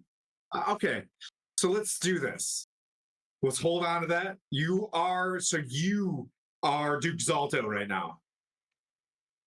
No, I created an image, so it's like a separate. Can you move the image around? Yeah, I can move it. I can alter its appearance where it looks like it's normally walking. It can carry on conversations. And I can make it sound like a fire giant and all that. So it's just if someone has to do an investigation check to see through the illusion. Okay. I'm just thinking is what we got here is a pretty good position. My spirit guardians will last 10 more minutes, so like 9.5 more minutes. If I was the bad guys here, I'd be sending everything in they can this way because they know Duke Zolto's been injured or hurt because that's what they saw was him coming in covered in blood. Do your spirit guardians go through barriers and walls? Yeah. So if you're close enough, yep, and they get there, they'll take damage, even though they still have to break through the barrier. Yeah. So I will come back so that my spirit guardians aren't visible at the moment. As soon as they start breaking down the door, I'll walk forward. But also they still could come behind us as well because there's no door on that entry. Double flanked. I mean, wherever we have the most problem, can you cast that Sleet Storm again, by chance? Not until a short rest. Okay, never mind. Well, I think if we run out there going after this guy, we're going to be running after it with no tactical advantage. We're just going to run into a room full of about 30 monsters, and they're just going to remind Dark what happened last time when 4 people were around him. Which time are you speaking? Every time. I say we can continue to move forward as long as we're in a spot that's a hallway of sorts. I mean, if we're holding up on a barrier, at some point we're just waiting until we choose to leave anyway. If no one shows, it's up to you. Right. I'm staying here, so they can't go forward. If we want to move forward as a group and follow the corridor around, we can. I'm just saying that it's a good idea to be defensible rather than running into a open plan room and getting absolutely mullered. Let's stay here the remaining period of time for your spirit guardians, if that's the remaining 9 minutes or so. And then once that's out, decide to push from there since that essentially removes that extra defensive layer from us, or what do we plan on thinking time-wise? Yeah, I'm expecting them to run in here and start trying to beat the shit out of us. Vespar, not that you would hide or anything, but do you want to hang out in the first jail cell that isn't locked? Yeah, I can do that. So that they might think you're a prisoner and just walk past you? I can do that. In the time period between anybody showing up, if we're not in combat right now, I'm going to try and use my charisma to see if any of these people are non-hostile besides the orcs that are not Yeah, dead. the rest of them are not. There's like 3 dwarves, 6 gnomes. You know what I mean? Like, it was the orcs that are the problem. Yeah. Do you want The these spirit guardians to shred you? Yeah. The orcs are power subs, so they're just like not, they were all about being like in service to the fire giants. All right, so everyone else is, civilian, non-hostile. Look, we're gonna hold out here for a little bit. I recommend you follow us when we're out, and I'm gonna go ahead and unlock or break their locks in the meantime. Okay, they'll stay in there though. All right, so you quickly go over there, you break their locks. I'm keeping the guy that ran out. I'm keeping that timing going down. So I'm staying in initiative order. So that brings up Dark. I'll just close the door and start barricading it. I'm going to arcanely close the door. Yeah, my mage hand's gonna be like.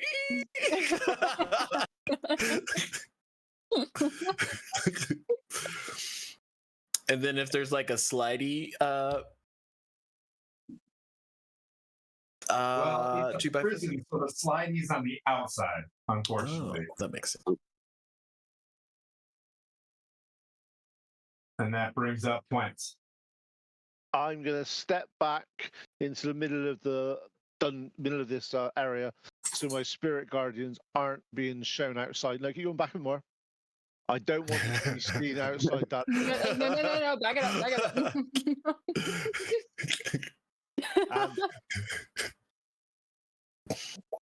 That's what I'm gonna do. We're just gonna see what happens for a minute or two, because we're in a defensible position here. I'm expecting them to run around this corner and bang, bang, bang, and try to come through. You do hear some loud noises. Loud noises. Roll another stealth check for your, shucks. Let's see how your imp survives here. Well, let's see. Right. So actually, my imp is going to go invisible. So. Okay. The imp's invisible. Just so you know, your imp is like in a danger area right now. Just yeah. Just tell him not to move. Don't make a sound. Just be his surroundings. Be your surroundings. Be the wall. And that brings up Vespera. So you make him go invisible. He's just cowering, basically. Poor bub. And what would you like to do? Should I dispel my major image? That's the thing. Like, I have the Duke still. If they come through, maybe he can talk to them, make it look like there's nothing wrong. Or you could chuck him in one of these cells and look, and you say, "Don't attack you! I've surrendered," and do that type thing. Well, then they would start looking around and be like, "How did he end up in here?" We beat the shit out of him and put him in there. I mean, what happens when we're at the door? Say nothing to see here, and they just walk away. Yeah. Be like, "Hey, everything's all good here. Everything's still running smoothly. That was just some of the prisoners that we already have getting a little out of hand, so I quieted them down. I put them in their place. Y'all can go back." I'm trying to figure this out. Hey, my shoes. Fun. My cameras have been just not nice to me today. Trying to get the whole room as much as possible. Okay, I have to go with Old Faithful on this one.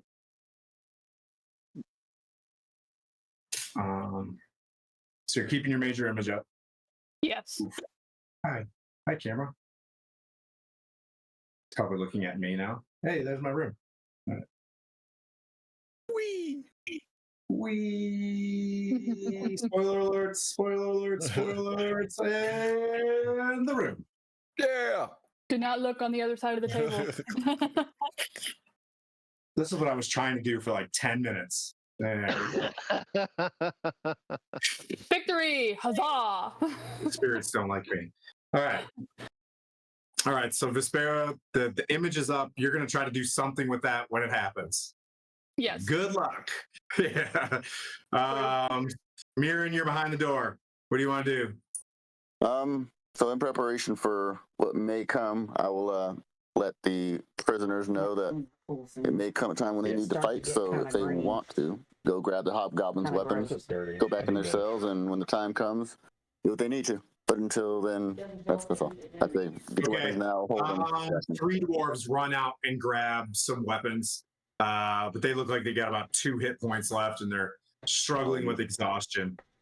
Either that or die in your cage again. But yeah, whatever. We're Sounds great. Thanks. We're gonna try our best, Sarge. And they, just wait till we're down. When we're down is when you need to fight. Otherwise, just okay. hold still. Yeah, they'll close the door and just give you a hearty thumbs up. You know what I mean? Like, all right. Dark, anything?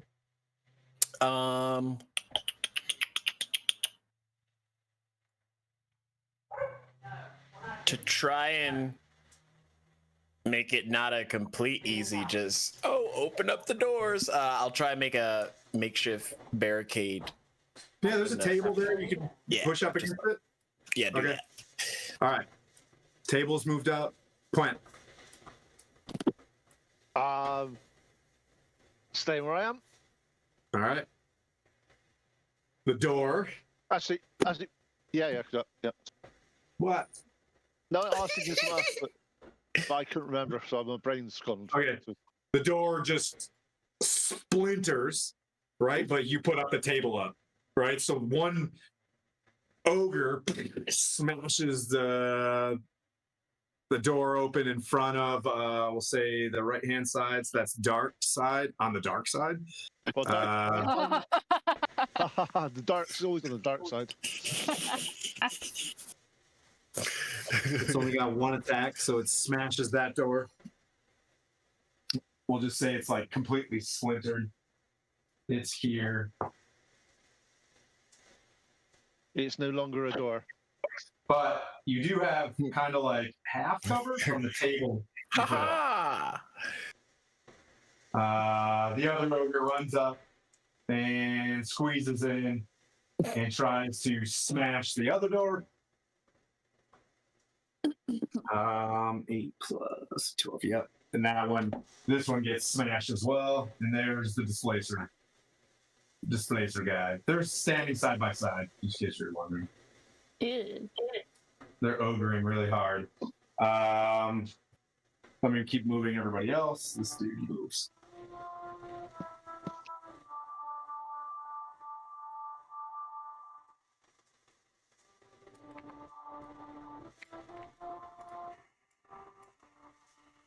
Dude, there is like a riot outside my house right now.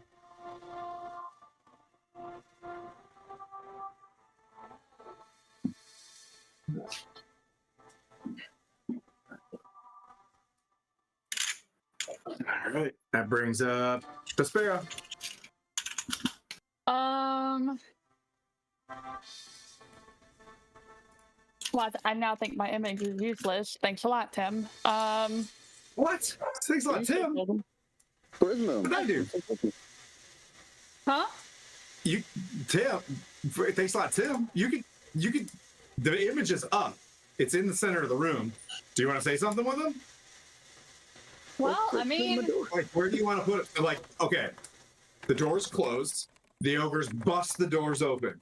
It's your turn. What do you want to do with your major image? they can't see the two. They can't see the two that were behind the doors, can they? Yes. Well, minus them for breaking the door. Okay, so he tries to tell them basically, why the hell are you splintering these doors in? This is my area. Don't forget you have your D6s. You have your D6s. go ahead and roll your deception check against two Okay. ogres, which is great. Okay. Oh, okay. That is a 27. So I'm not gonna roll that. Okay.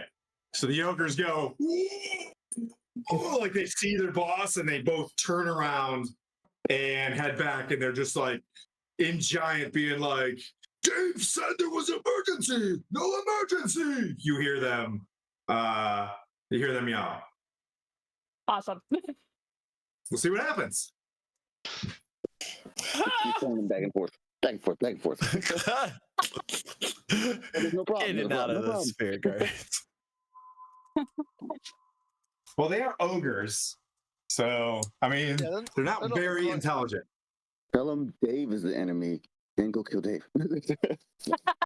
Yeah, kill Dave for giving you wrong info. All right. So that brings up Mirren. All right, so we have no more doors. At this point, No doors. it'll be surprise Yep. on the ogres. One way or another, we're gonna have to either walk through here past them with our fake Zalto, or do this. So,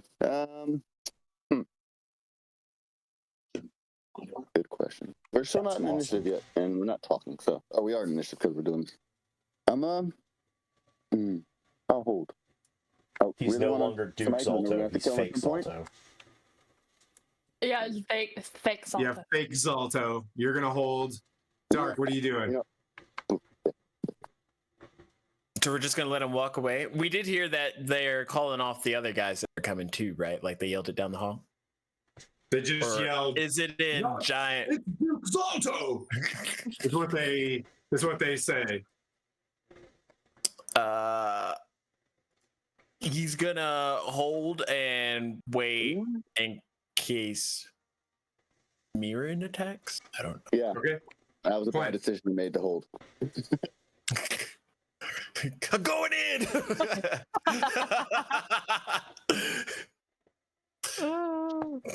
I'll say this is important because something that could have happened would have happened, but you entice someone else to investigate. So this was a good move. But Point, what do you want to do? Knowing that Mirren will never hold an attack if there's a bad guy in front of them, I'm going to step forward just enough for my spirit guardians to smash into these ogres. Okay. Oops, I slipped. All right. Both failed their wisdom saves. 19. 19 each. Yep. My spiritual weapon hits one of them, Okay. and 21. It hits for 21, so that hits probably. Yep. And 11 points of damage. Woo. Does he look pretty rough at the moment? That one of them. He looks he looks bloodied. And so like he's just like, it's Duke Zalto, and then just gets lawnmowered by a bunch of dwarves. Yeah, to whoever he was talking to down the hallway. And I told That- Devon. I told Devon. All I'm saying is, Vespera, it was brilliant for a nanosecond. Whatever you were trying to do had some rewards. It instantly doesn't anymore. Yeah. You're completely Mirren wasn't- justified Mirren for was- doing the look. attack on the bell. Mirren wasn't going to wait. breaking the door. Mirren wasn't going to wait. Well, I know that for a fact. And told, It was a told- split. There was the 6 seconds of delay where I was like, we're gonna have to clear out Ironslag anyway. So the next turn, yes, I probably would have attacked him. yeah, exactly. So told the dead on that guy as well. Can you do a wisdom saving throw, please? Yep. Oh, 18 plus ogre. I want to really know if I failed this anyways. -2. 16. Okay, fails. So that's 19. 19? 19 necrotic damage and 5 radiant. So they're like, it's Duke Zalto. He falls over dead. Because the best part is the spirit's like, yes, it worked, dead, and then he gets exploded. Yeah, but he shouted to the guy. The only thing the guy heard was that because he's around the corner. They can't even see him. I mean, it's a long hallway, but yeah, he falls over. We can just look. Nobody else has seen what happens. We can just say fake Zalto was very upset and he knocked the two guys out. Exactly. Yeah, that's what we'll just wait till the next group comes up and they'll be like, what happened to these guys? Why are you here bugging me?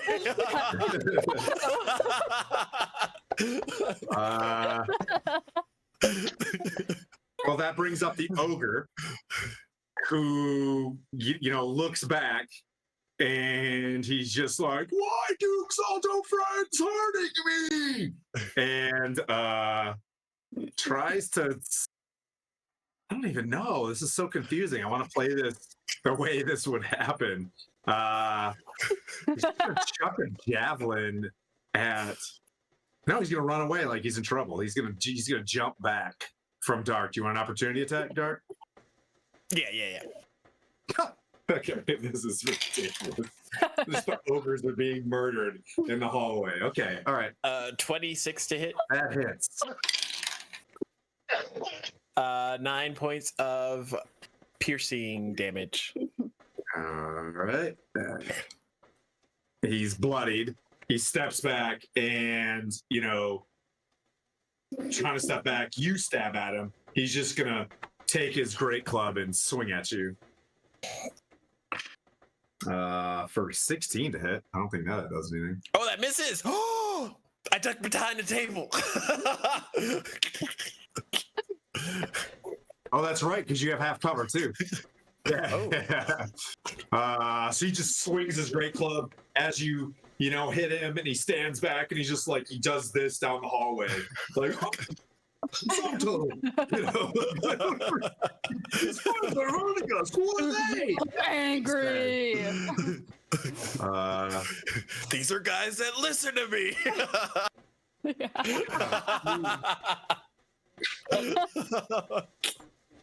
Oh. What's this dude's name? Okay. This is totally wild. I don't know what's happening right now. It's completely derailed. This is the best and the dumbest thing I've heard in a minute. All right. Yeah, so much for like an end game boss fight. This just became like a buddy cop episode. All right, so weekend at Altos.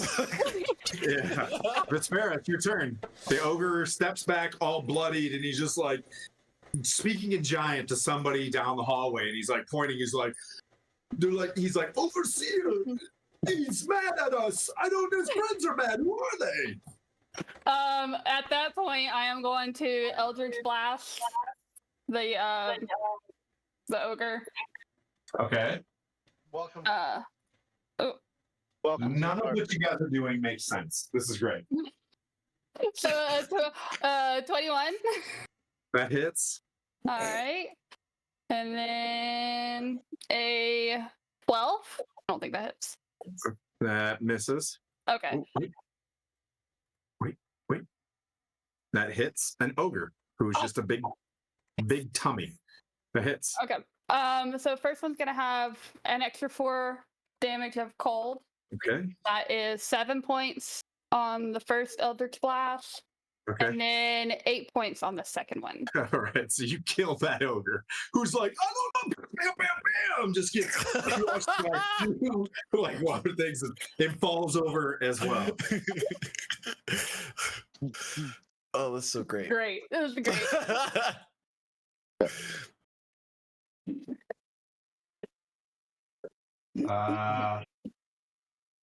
Yeah.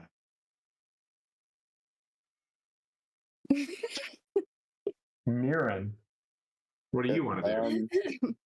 I'm going to go, my 40 movement past the ogre, but first I'm going to say, can somebody check Xalto, make sure he doesn't have any keys or something we might need to get out of here at some point? We'll probably break it down, but it might save us some time if he has something like that. And then move my 40 movement down the hallway or until I encounter someone first.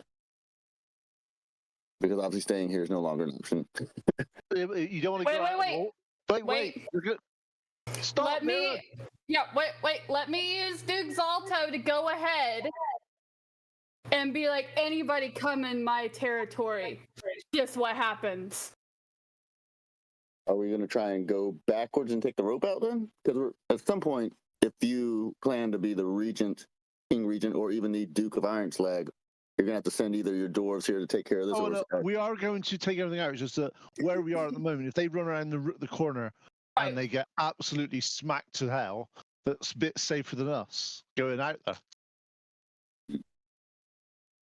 That way we can also possibly like maybe take a short rest or something. I don't know. I don't know. I mean, it'll. Go ahead. That might be pushing it slightly. But I'll stop short of the hallway and where somebody can see me. I'll stop short there. Yeah, if you stop there and just hold your action, if any bad guy comes, you'll smack him. Yep. All right. Right. So he moves forward. Why on earth? And that brings up Dark.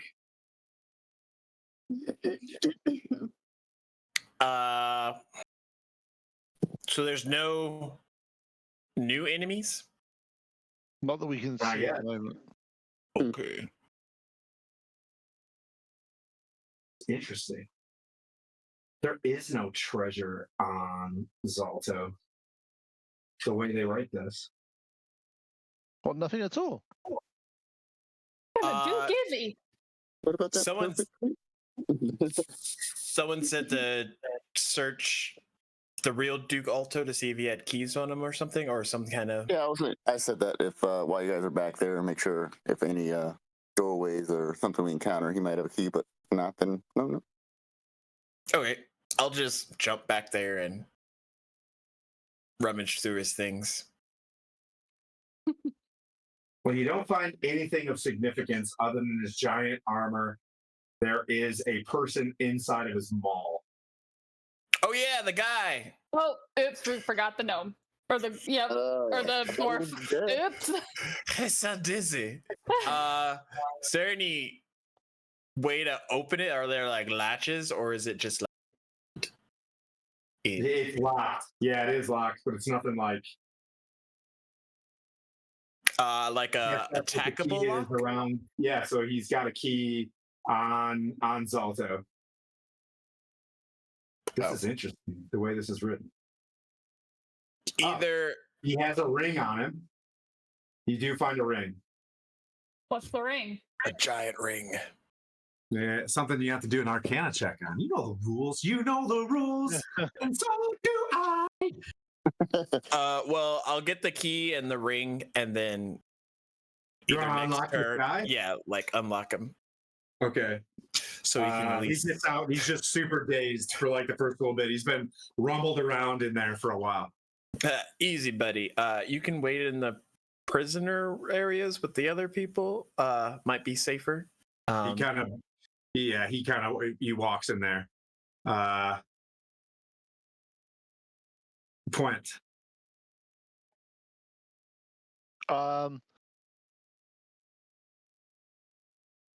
I hold my action here for when something comes around the corner. If someone comes around the corner, and when they come around the corner, I'm going to toll the dead on them. Okay. All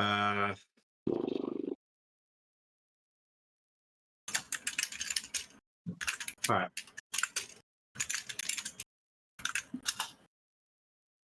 I gotta see how this is gonna work. Did you?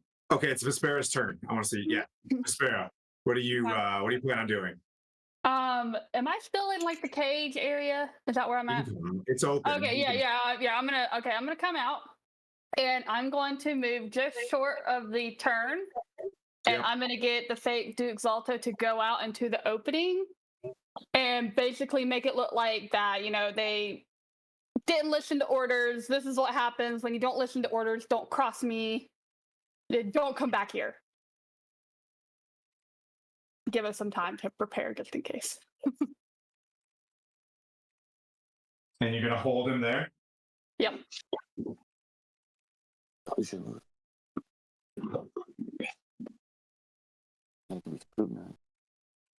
Hmm. All right.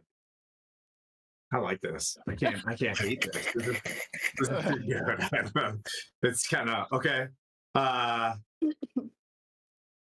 right. Oh, I see him. I told him. I told that on who? Big Zolto? Duke's Alpha. No, joke. It's a joke. Okay. How much work I put into him. You hear, who are these? So that's your turn? Yes. And Okay, Mirren. Bubba's gonna stay there, by the way. Okay. Mirren. Okay. So they're holding. Nobody's came around the corner. I guess after he said that, there's no response, no nothing. It's just quiet on the other end. And around him. Okay. Well, I guess I'll. Well, since he's staying in the hallway, she kept the image there. I'm pretty sure at this point somebody's gonna see through this illusion since it's staying there for so long and could be, reviewed and scrutinized and be like, oh, his pants are the wrong color or something. I'm gonna hold my action here. There you go. Okay. Moving on, whoever comes backwards.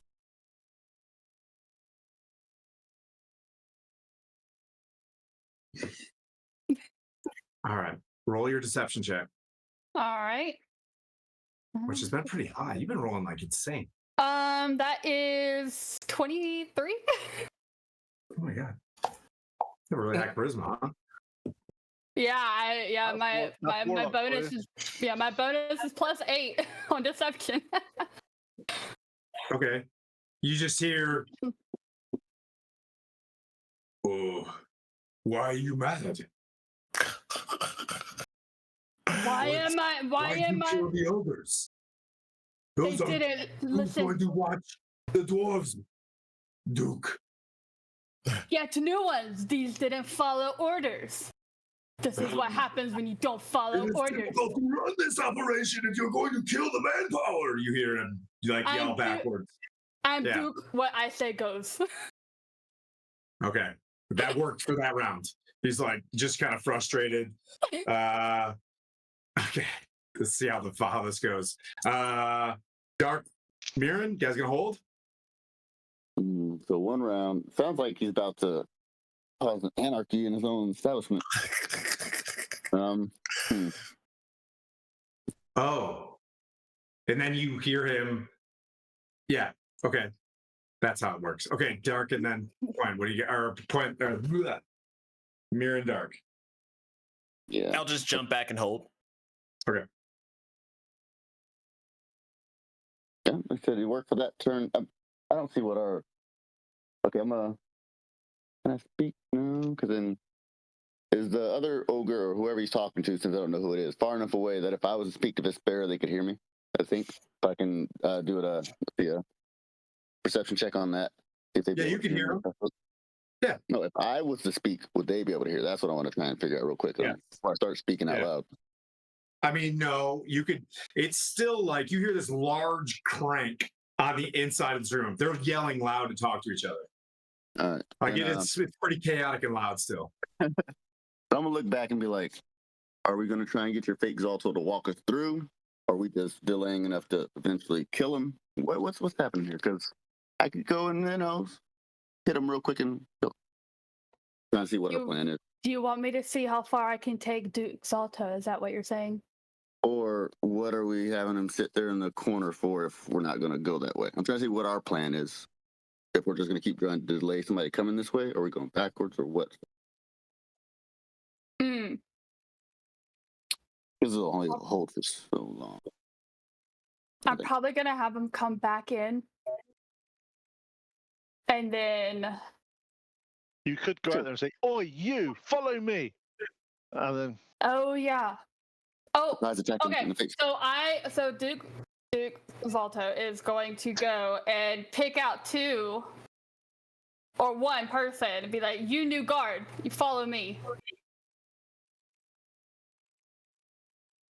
You new guard, follow me. Yes. Okay. with disadvantage on this one because he's like, I'm no guard. He was the Well, they. overseer. He just said. I mean. Go for it. Okay. Let's see. So disadvantage. I'm rolling. How many times am I rolling? Just Just once? deception. Just Oh, twice. deception. Lowest. You're rolling high anyways. You'll be all right. Well, that's a 23 on the first one again. Yep. Okay. And then that is a 15. Second one. Okay. Nat 1. This dude is just a bozo. So I'm giving you one more round to think about this. But you hear him look off to the right and be like, what do you mean? Like he's talking to that hobgoblin down, you know what I mean? He's like, in the middle of this, like, this is nonsense. Get back to work. He yells, and you hear Okay. kind of walk off.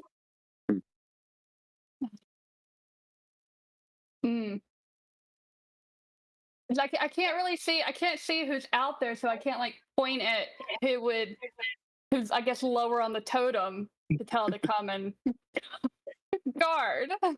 You like a point new guard. Oh,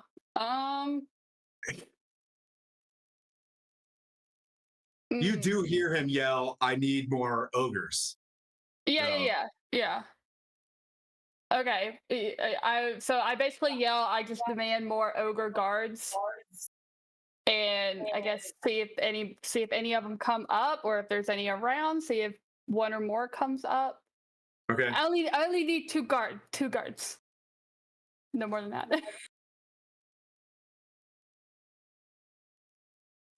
Okay. Roughly. So initiative stops. Roughly 10 minutes later, Quint. You asked how long you want to hold. I said we're only gonna hold for like a couple of minutes if nothing's happening. But Nothing happens. Okay, Nothing happens. So a couple of minutes, we go right. Turn to Mirren. We're gonna have to get a move on. Then we don't want to waste our spells.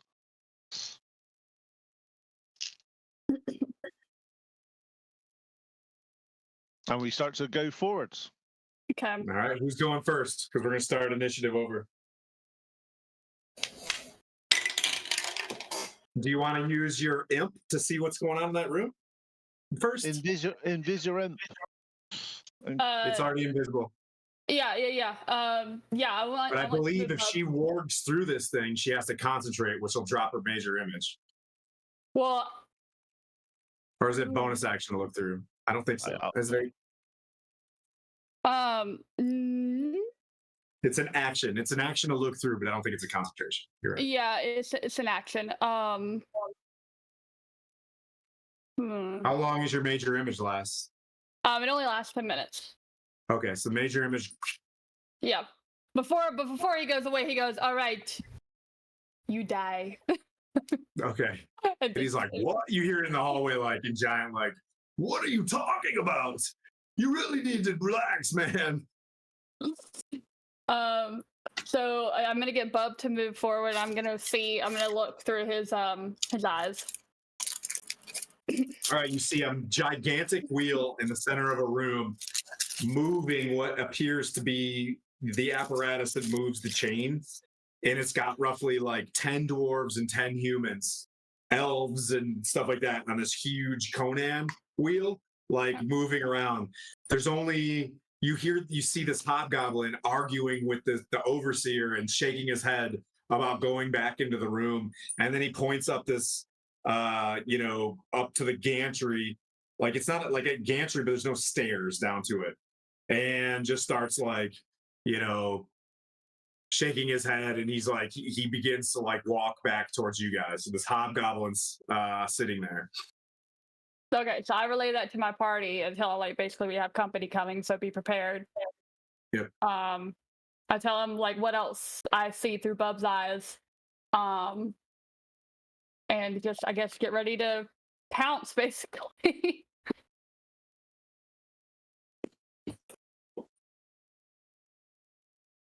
Yep. So Mirren, what do you want to do? You want to keep holding your position? It's a minute later, you know what I mean? So basically what I'm saying is it's probably going to take a while to shift the employees around. You know what I mean? Because there's enough employees working this forge. The hobgoblins running around passing messages that something went down, needing more ogres. It's going to be a while. I think we're just going to have to sort of plod around now and start annihilating things.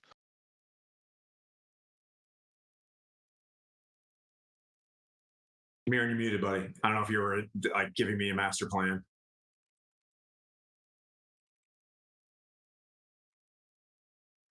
I was. I had a whole thing spilled out too. I think based on what Despera relayed, what's the distance to the nearest either hobgoblin or the overseer that is down that hallway? Do you want to poke your head around? Well, she just warged and said something. I was wondering if she could relay how far it was. He's in the middle of the room, probably about 40 feet to the center. So yeah, that's how far my movement is.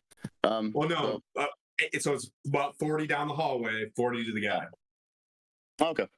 Well, then I will. Okay.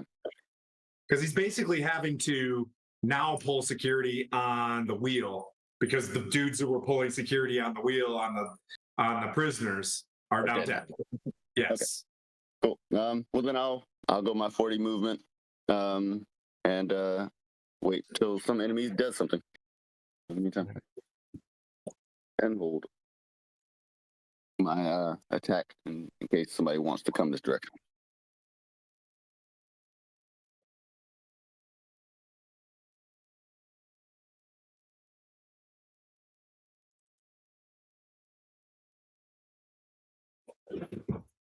All right, Mirren, so you move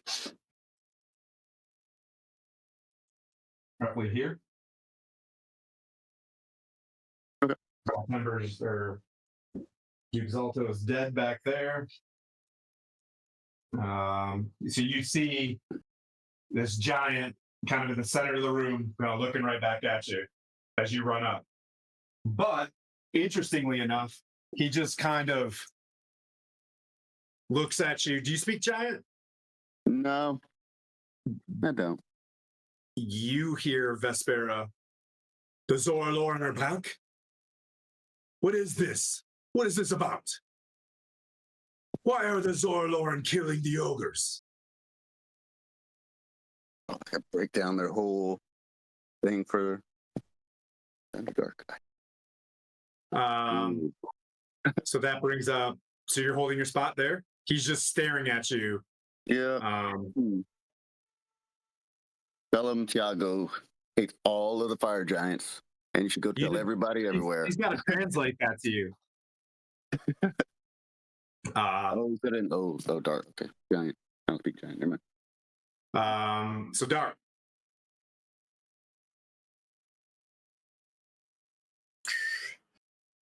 I would say Dark is going to full movement and then dash and then just hold short where Mirren is. Okay. Like at the end of that hallway. That wouldn't even have you dash. That's, Oh, you're good. Yeah.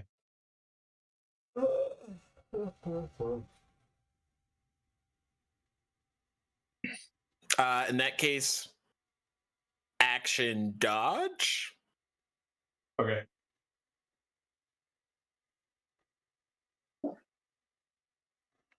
Just gotta move the camera around a little bit more.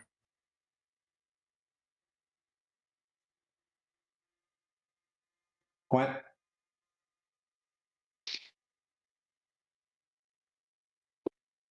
Yep, just trying to. So is Dark and Mirren next to each other, aren't they? Yep. Okay, I'm gonna go and get behind them. With the Spirit Guardians. Well, yeah, because everyone knows we're bad guys at this point. Yeah. As soon as you turn the corner, this guy's eyes get yay big. Because she's a dwarf. You know what I mean? Like there's just no way that this is happening. Dark, he's kind of like, shaking his head when you come up, like, what is going on? Who is this Orlord in league with? I can't run an operation like this. It's so chaotic. And then, I prefer to work with the devils, he says. Are you gonna dash up there? Because you're slow. Well, I'm only going to get behind him. I'm not going past Mirren and that. So. Yep. Okay. And then I'm going to toll the dead on that guy because I've had enough of him.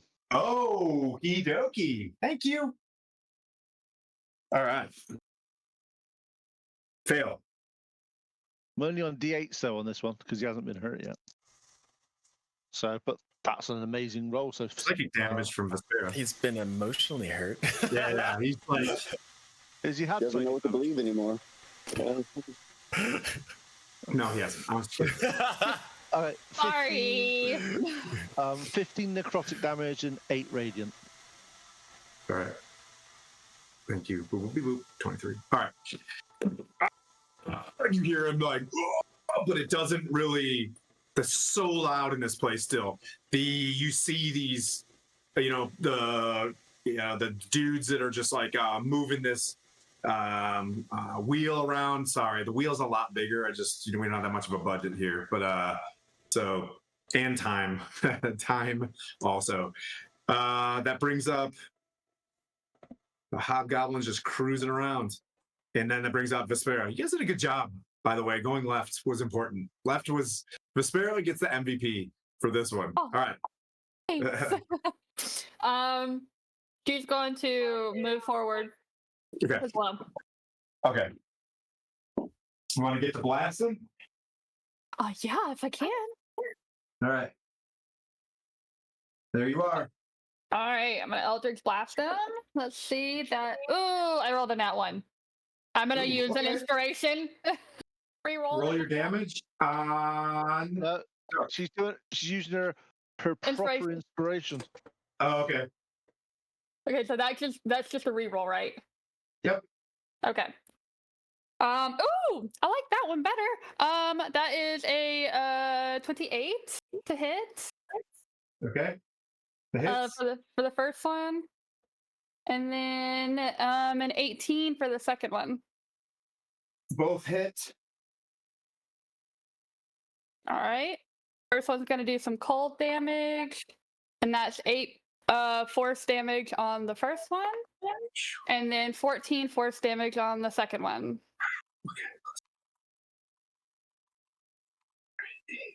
Oh man. Okay. It was a big round. You see him kind of scrambling. Mirren, it's your turn.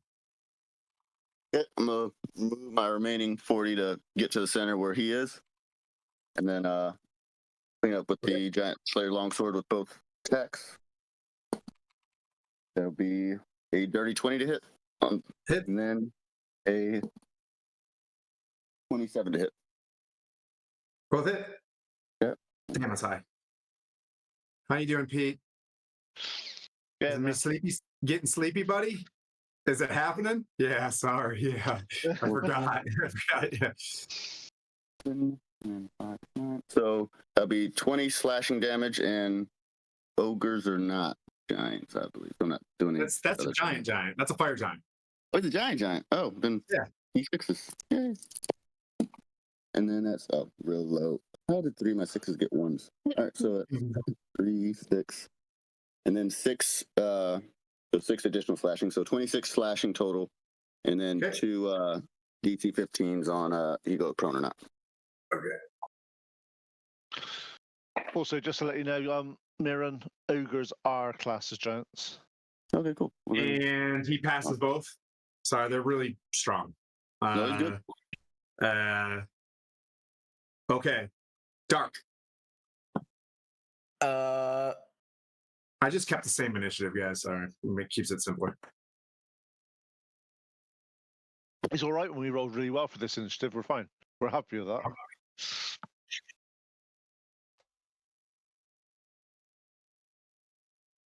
I'll get within 10 feet. Okay. And then attack with my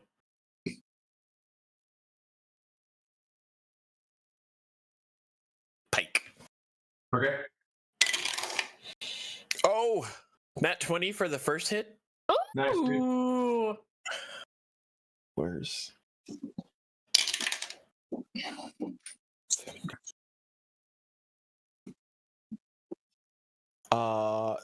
22 piercing.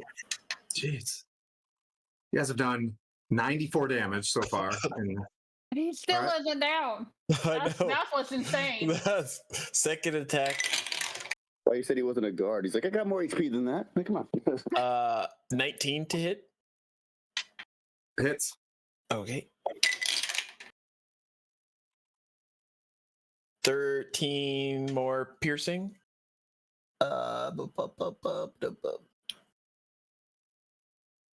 Okay. And then last psionic energy dive, which will be another D8 plus 3. So Okay. 7 force damage.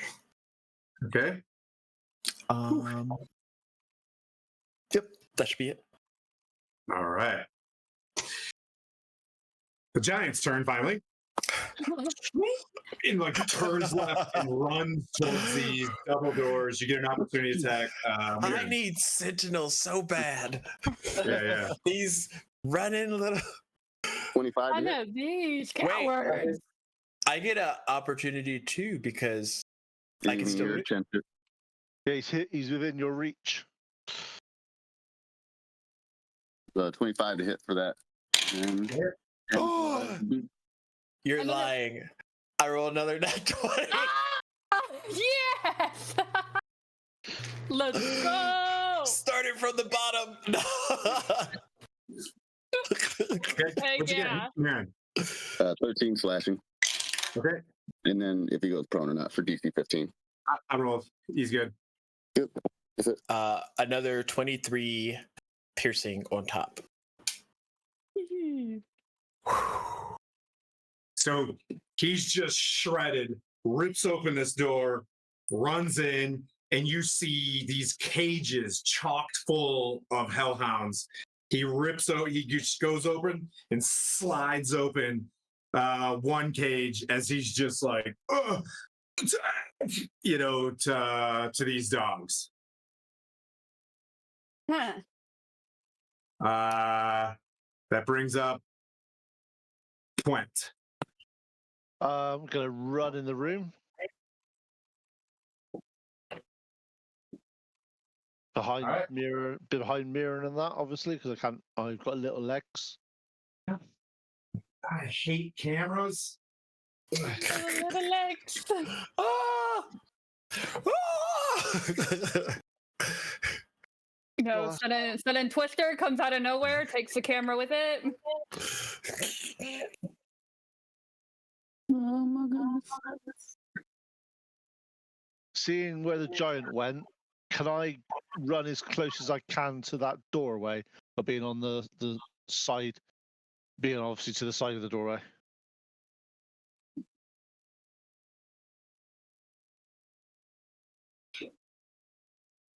You dashing? Yeah, You can go in the door if you want. I don't want to go in the door. I'm going to stay on the outside of the door by the wall, just before back Just a little the bit. middle with your bullshit? Gotcha. Yeah.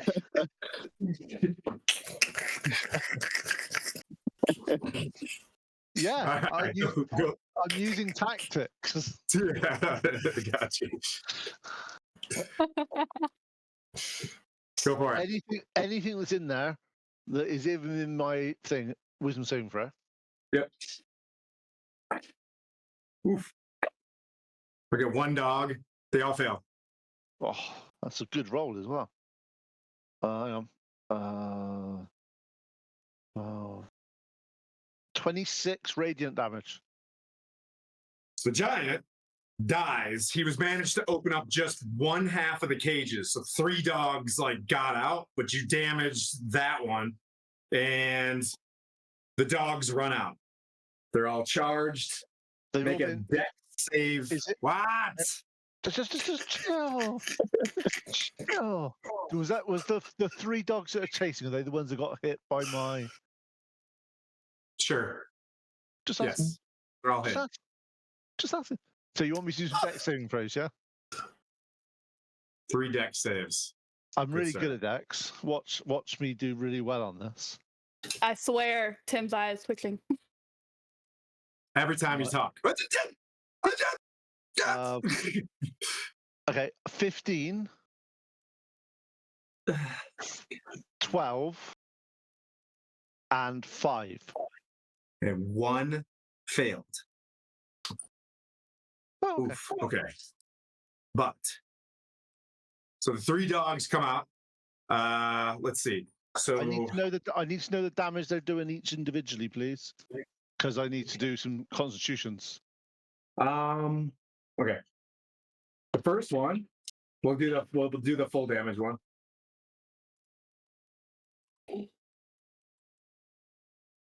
$20. Okay, so that's 10 fire damage from me. Yep. And I pass my constitution, my concentration. Yep. I'll roll 2 more passed. concentration. Okay. Yeah, I'll pass.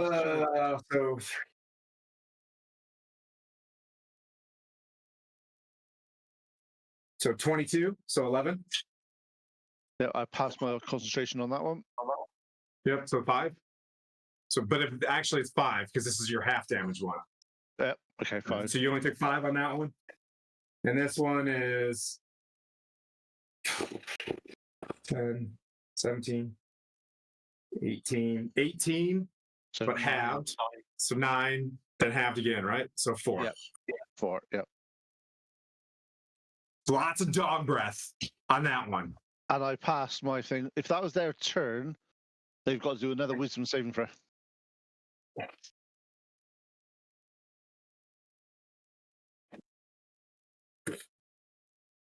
They all fail. 19 radiant damage. Okay, and that's what it was last time too, right? Yeah. No, it's 20 something last time. Yep. So okay, so one of them dies. The other 2 are looking dog bloody, like hellhound bloody. They're dripping lava out of their dug chests, and that brings up the sparrow. Okay. I am going to move forward and get the closest dog with hit him with my Eldritch Blast. Yep, go for it. Okay. That was the room I That was trying to is stomach. a 13 on the first one. Oh, that's a dead giant. That I think, unfortunately, that misses. Okay. Second one is a 19. I'm just gonna take this door off. You guys are there. My Roomba is downstairs, just going hard in the paint. I don't know what's happening. This guy's dead. There's so much carnage. What was the next one? 19, you said? Yes. That hits. Okay. 800. That one's gonna do 4 points of cold damage along with 6 points of force damage. Okay, 10. Okay. Mm-hmm. All right. And that brings up Miran. Yep. So I'm gonna go ahead and 2 doggies remaining. One's looking really rough shape, and one of them's looking bloodied. Yep. Let's see. Well, I'll go with the one that's bloodied first to see if we can take him off of 1 hit, and then follow up on the second if possible, if needed. So once a 24 to hit. A hit. Yeah, and then +7, so 9 slashing damage on him. Okay. Still up, then I'll follow through with the second attack. Be 25 to hit, and then that is 11 slashing damage. All right. And then since he's not a giant, I can that one's dead. Oh, never mind. That's done. Yep. I will Yeah, these are that tough. I mean, giants are pretty tough, but regular monsters, they're trying their best. Okay. So I will shield master shove him with go strength. Wait, how much damage did you do on the first attack? I'm sorry, I was 9 slashing and then 11 slashing. okay. So yeah, that one's so you killed the first one outright in the first one, and then 11 slashing for the next one would be okay. That one's looking like Yep, and then I'm gonna try and knock it prone with my shield master shove as a bonus action. okay. Be a plus 10, 15, It it'd be failed. 15 strength. It failed. Yeah. Dark. Keep rolling them nat 20s. You have advantage I'm now. It's gonna- prone. It is Run up advantage. to Yeah, it yeah, it is prone. and stab it. Yes. Oh. You got another one? Nice. On the second roll, I Three rolled in a a row. 15 and a 20. Okay. And I forgot I'm a piercer on the last two because I was surprised to hit, but I get an extra damage die. Okay.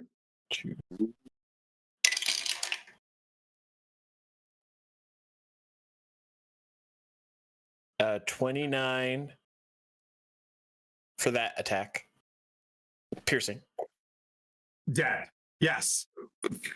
Stab into this thing. It falls dead. The cages, there's like 4 more in cages around you. There's tons of these hellhounds, right? And in one of the cages, Mirren, you notice a displacer beast that you have seen before. Back by the grandfather tree, there is a displacer beast in its own cage, kind of moving around, and it just kind of presses up the glass or presses up against the cage as you see, as it sees your cloak as well. Behind you, there are about 20. The people are still pushing this wheel point that you see, and they're like collapsing and falling. The room is empty now. That hobgoblin had ran off searching for more employees. The wheel keeps turning, and that's where we'll stop this session. But this room looks like it's empty of baddies, and you guys have successfully managed to tactfully kill the boss, keep him chasing you, bottleneck him into the prison, kill all the hobgoblins immediately, turn the corner before the dude could pummel you guys with tons of hellhounds and ogres and a fire giant. You managed to trick them into slowing that down. You guys have completely managed to manage this shit show that how this started in the Yak Folk Village. I don't know how you guys are doing the spell slots and health potions and stuff, but you guys have it reasonably under control, and it appears that you are at the epicenter of where all the prisoners that the giants have taken. So you guys have done a fantastic job of making me think, but also keeping me from brutalizing you guys. Because there's so many chances of just being like, nah, fuck it, let's make this hard.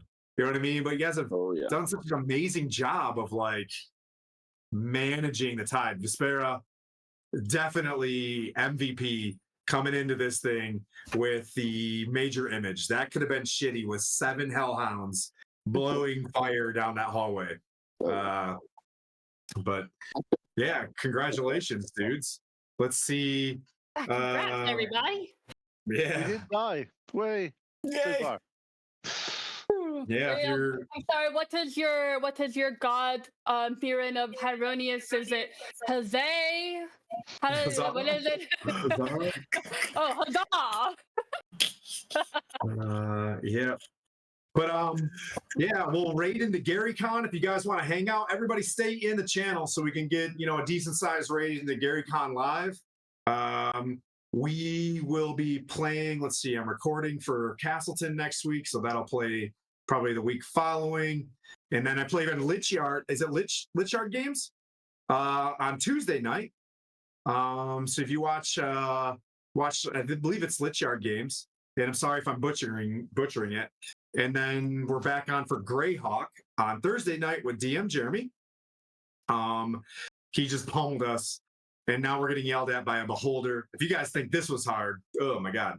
Yeah, the DMs are brutal, I think. Pete, Tim, everybody right now, we're all angry. I know that right now. We're not chill. Yeah. Poof. Yeah. My brain gets fried by the 4-hour time limit. Thank you guys so much for playing. Thanks, Coco. Thanks, Judgy. Thanks, Mirren, for surviving with your laptop and making it all work. We can dig into the Stronghold funds if we need a camera or something. We'll make it happen. But thanks, Pete. We'll see you next Sunday. Yeah, see you next Sunday. Yep, we'll see everybody. And if you want to click the raid button, we'll go.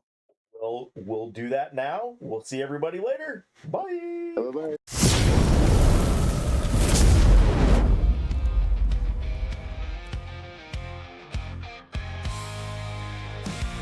There's Dwarf the Dwarf with his hammer of steel. Down by the forge, he's never been one to kneel. Boulders come flying, he takes them on the chin. But he's tough as the iron, never gives in.